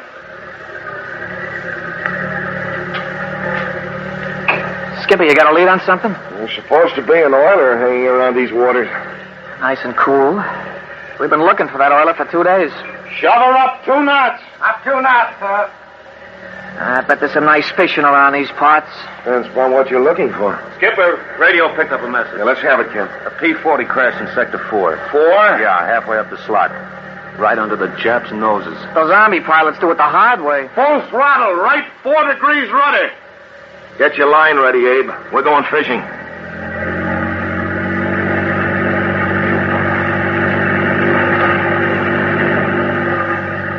Just keep your eyes open. Good thing there's a full moon. Easy to spot them. Yeah, easy to spot us, too. Nothing. As hard as I look, I don't see nothing. He's got to be around here someplace. Think maybe he drifted toward the island? If we cruising any closer to that island, the chaps will be knocking us over with spears. Right 2 degrees rudder. One word from me. Throttle her down. It must be tough on a guy floating around all alone. Skipper, off the port bow. Looks like an enemy ship. Beached. Plane got hurt 3 days ago. Remember the spot we're heading in for, Skipper? The Japs have got that coast loaded. If they pick us... Quiet. I ain't making any noise. I want to sneak in a little closer to the shore. We don't even know if this pilot, Joe, is alive. He was when he hit the water. Right 4 degrees rudder. Funny how I can feel the honorable enemy breathing down my neck. They're breathing louder. Yeah, they picked us up. Searchlight, Skipper. They're laying a pattern. Yeah. Looks nice playing across the water, doesn't it? All of a sudden, he's sensitive. You sound awful calm. That's funny because I'm scared stiff. Full throttle. Left full rudder. Move. A wise move, Skipper. He's out there, Abe. I saw him. Me too. Off the port. Laying low. About 150 yards from the beach. I saw him raise an arm, Skipper. Keep an eye on him. We're going in to get him? What are you whispering for? They spotted us. Was I whispering? Helmsman, you see our pigeon? Yes, sir. All right. I want to come from the other side. Get between him and the shore. Aye, sir.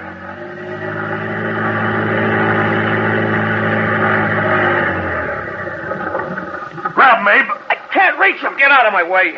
Come on, pilot, swim. I can only use one arm. Use it fast. I got him. Scramble, kid. We haven't got all night. Okay, Skipper. Let's get out of here. And just when the fishing got good.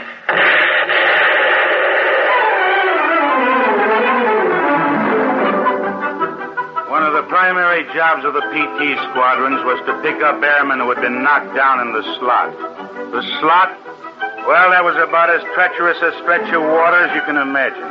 It twisted through the Solomons and separated those two darlings of the Marine Corps, Guadalcanal and Tulagi. It was alive with enemy ships and enemy planes. Anything they could put wings on in the land of the rising sun eventually found her way to the slot and tried to raise the mortality rates of the Allied armed forces. And for a long time, with nothing but a couple of overage destroyers, a few PT boats to stop them, the mortality rate climbed high and fast. But night after night and day after day, the men who manned the PT boats took their tinned fish and went hunting. A leave? Well, the only leave they got was between runs, which meant they sometimes got as long as 4 or 5 hours.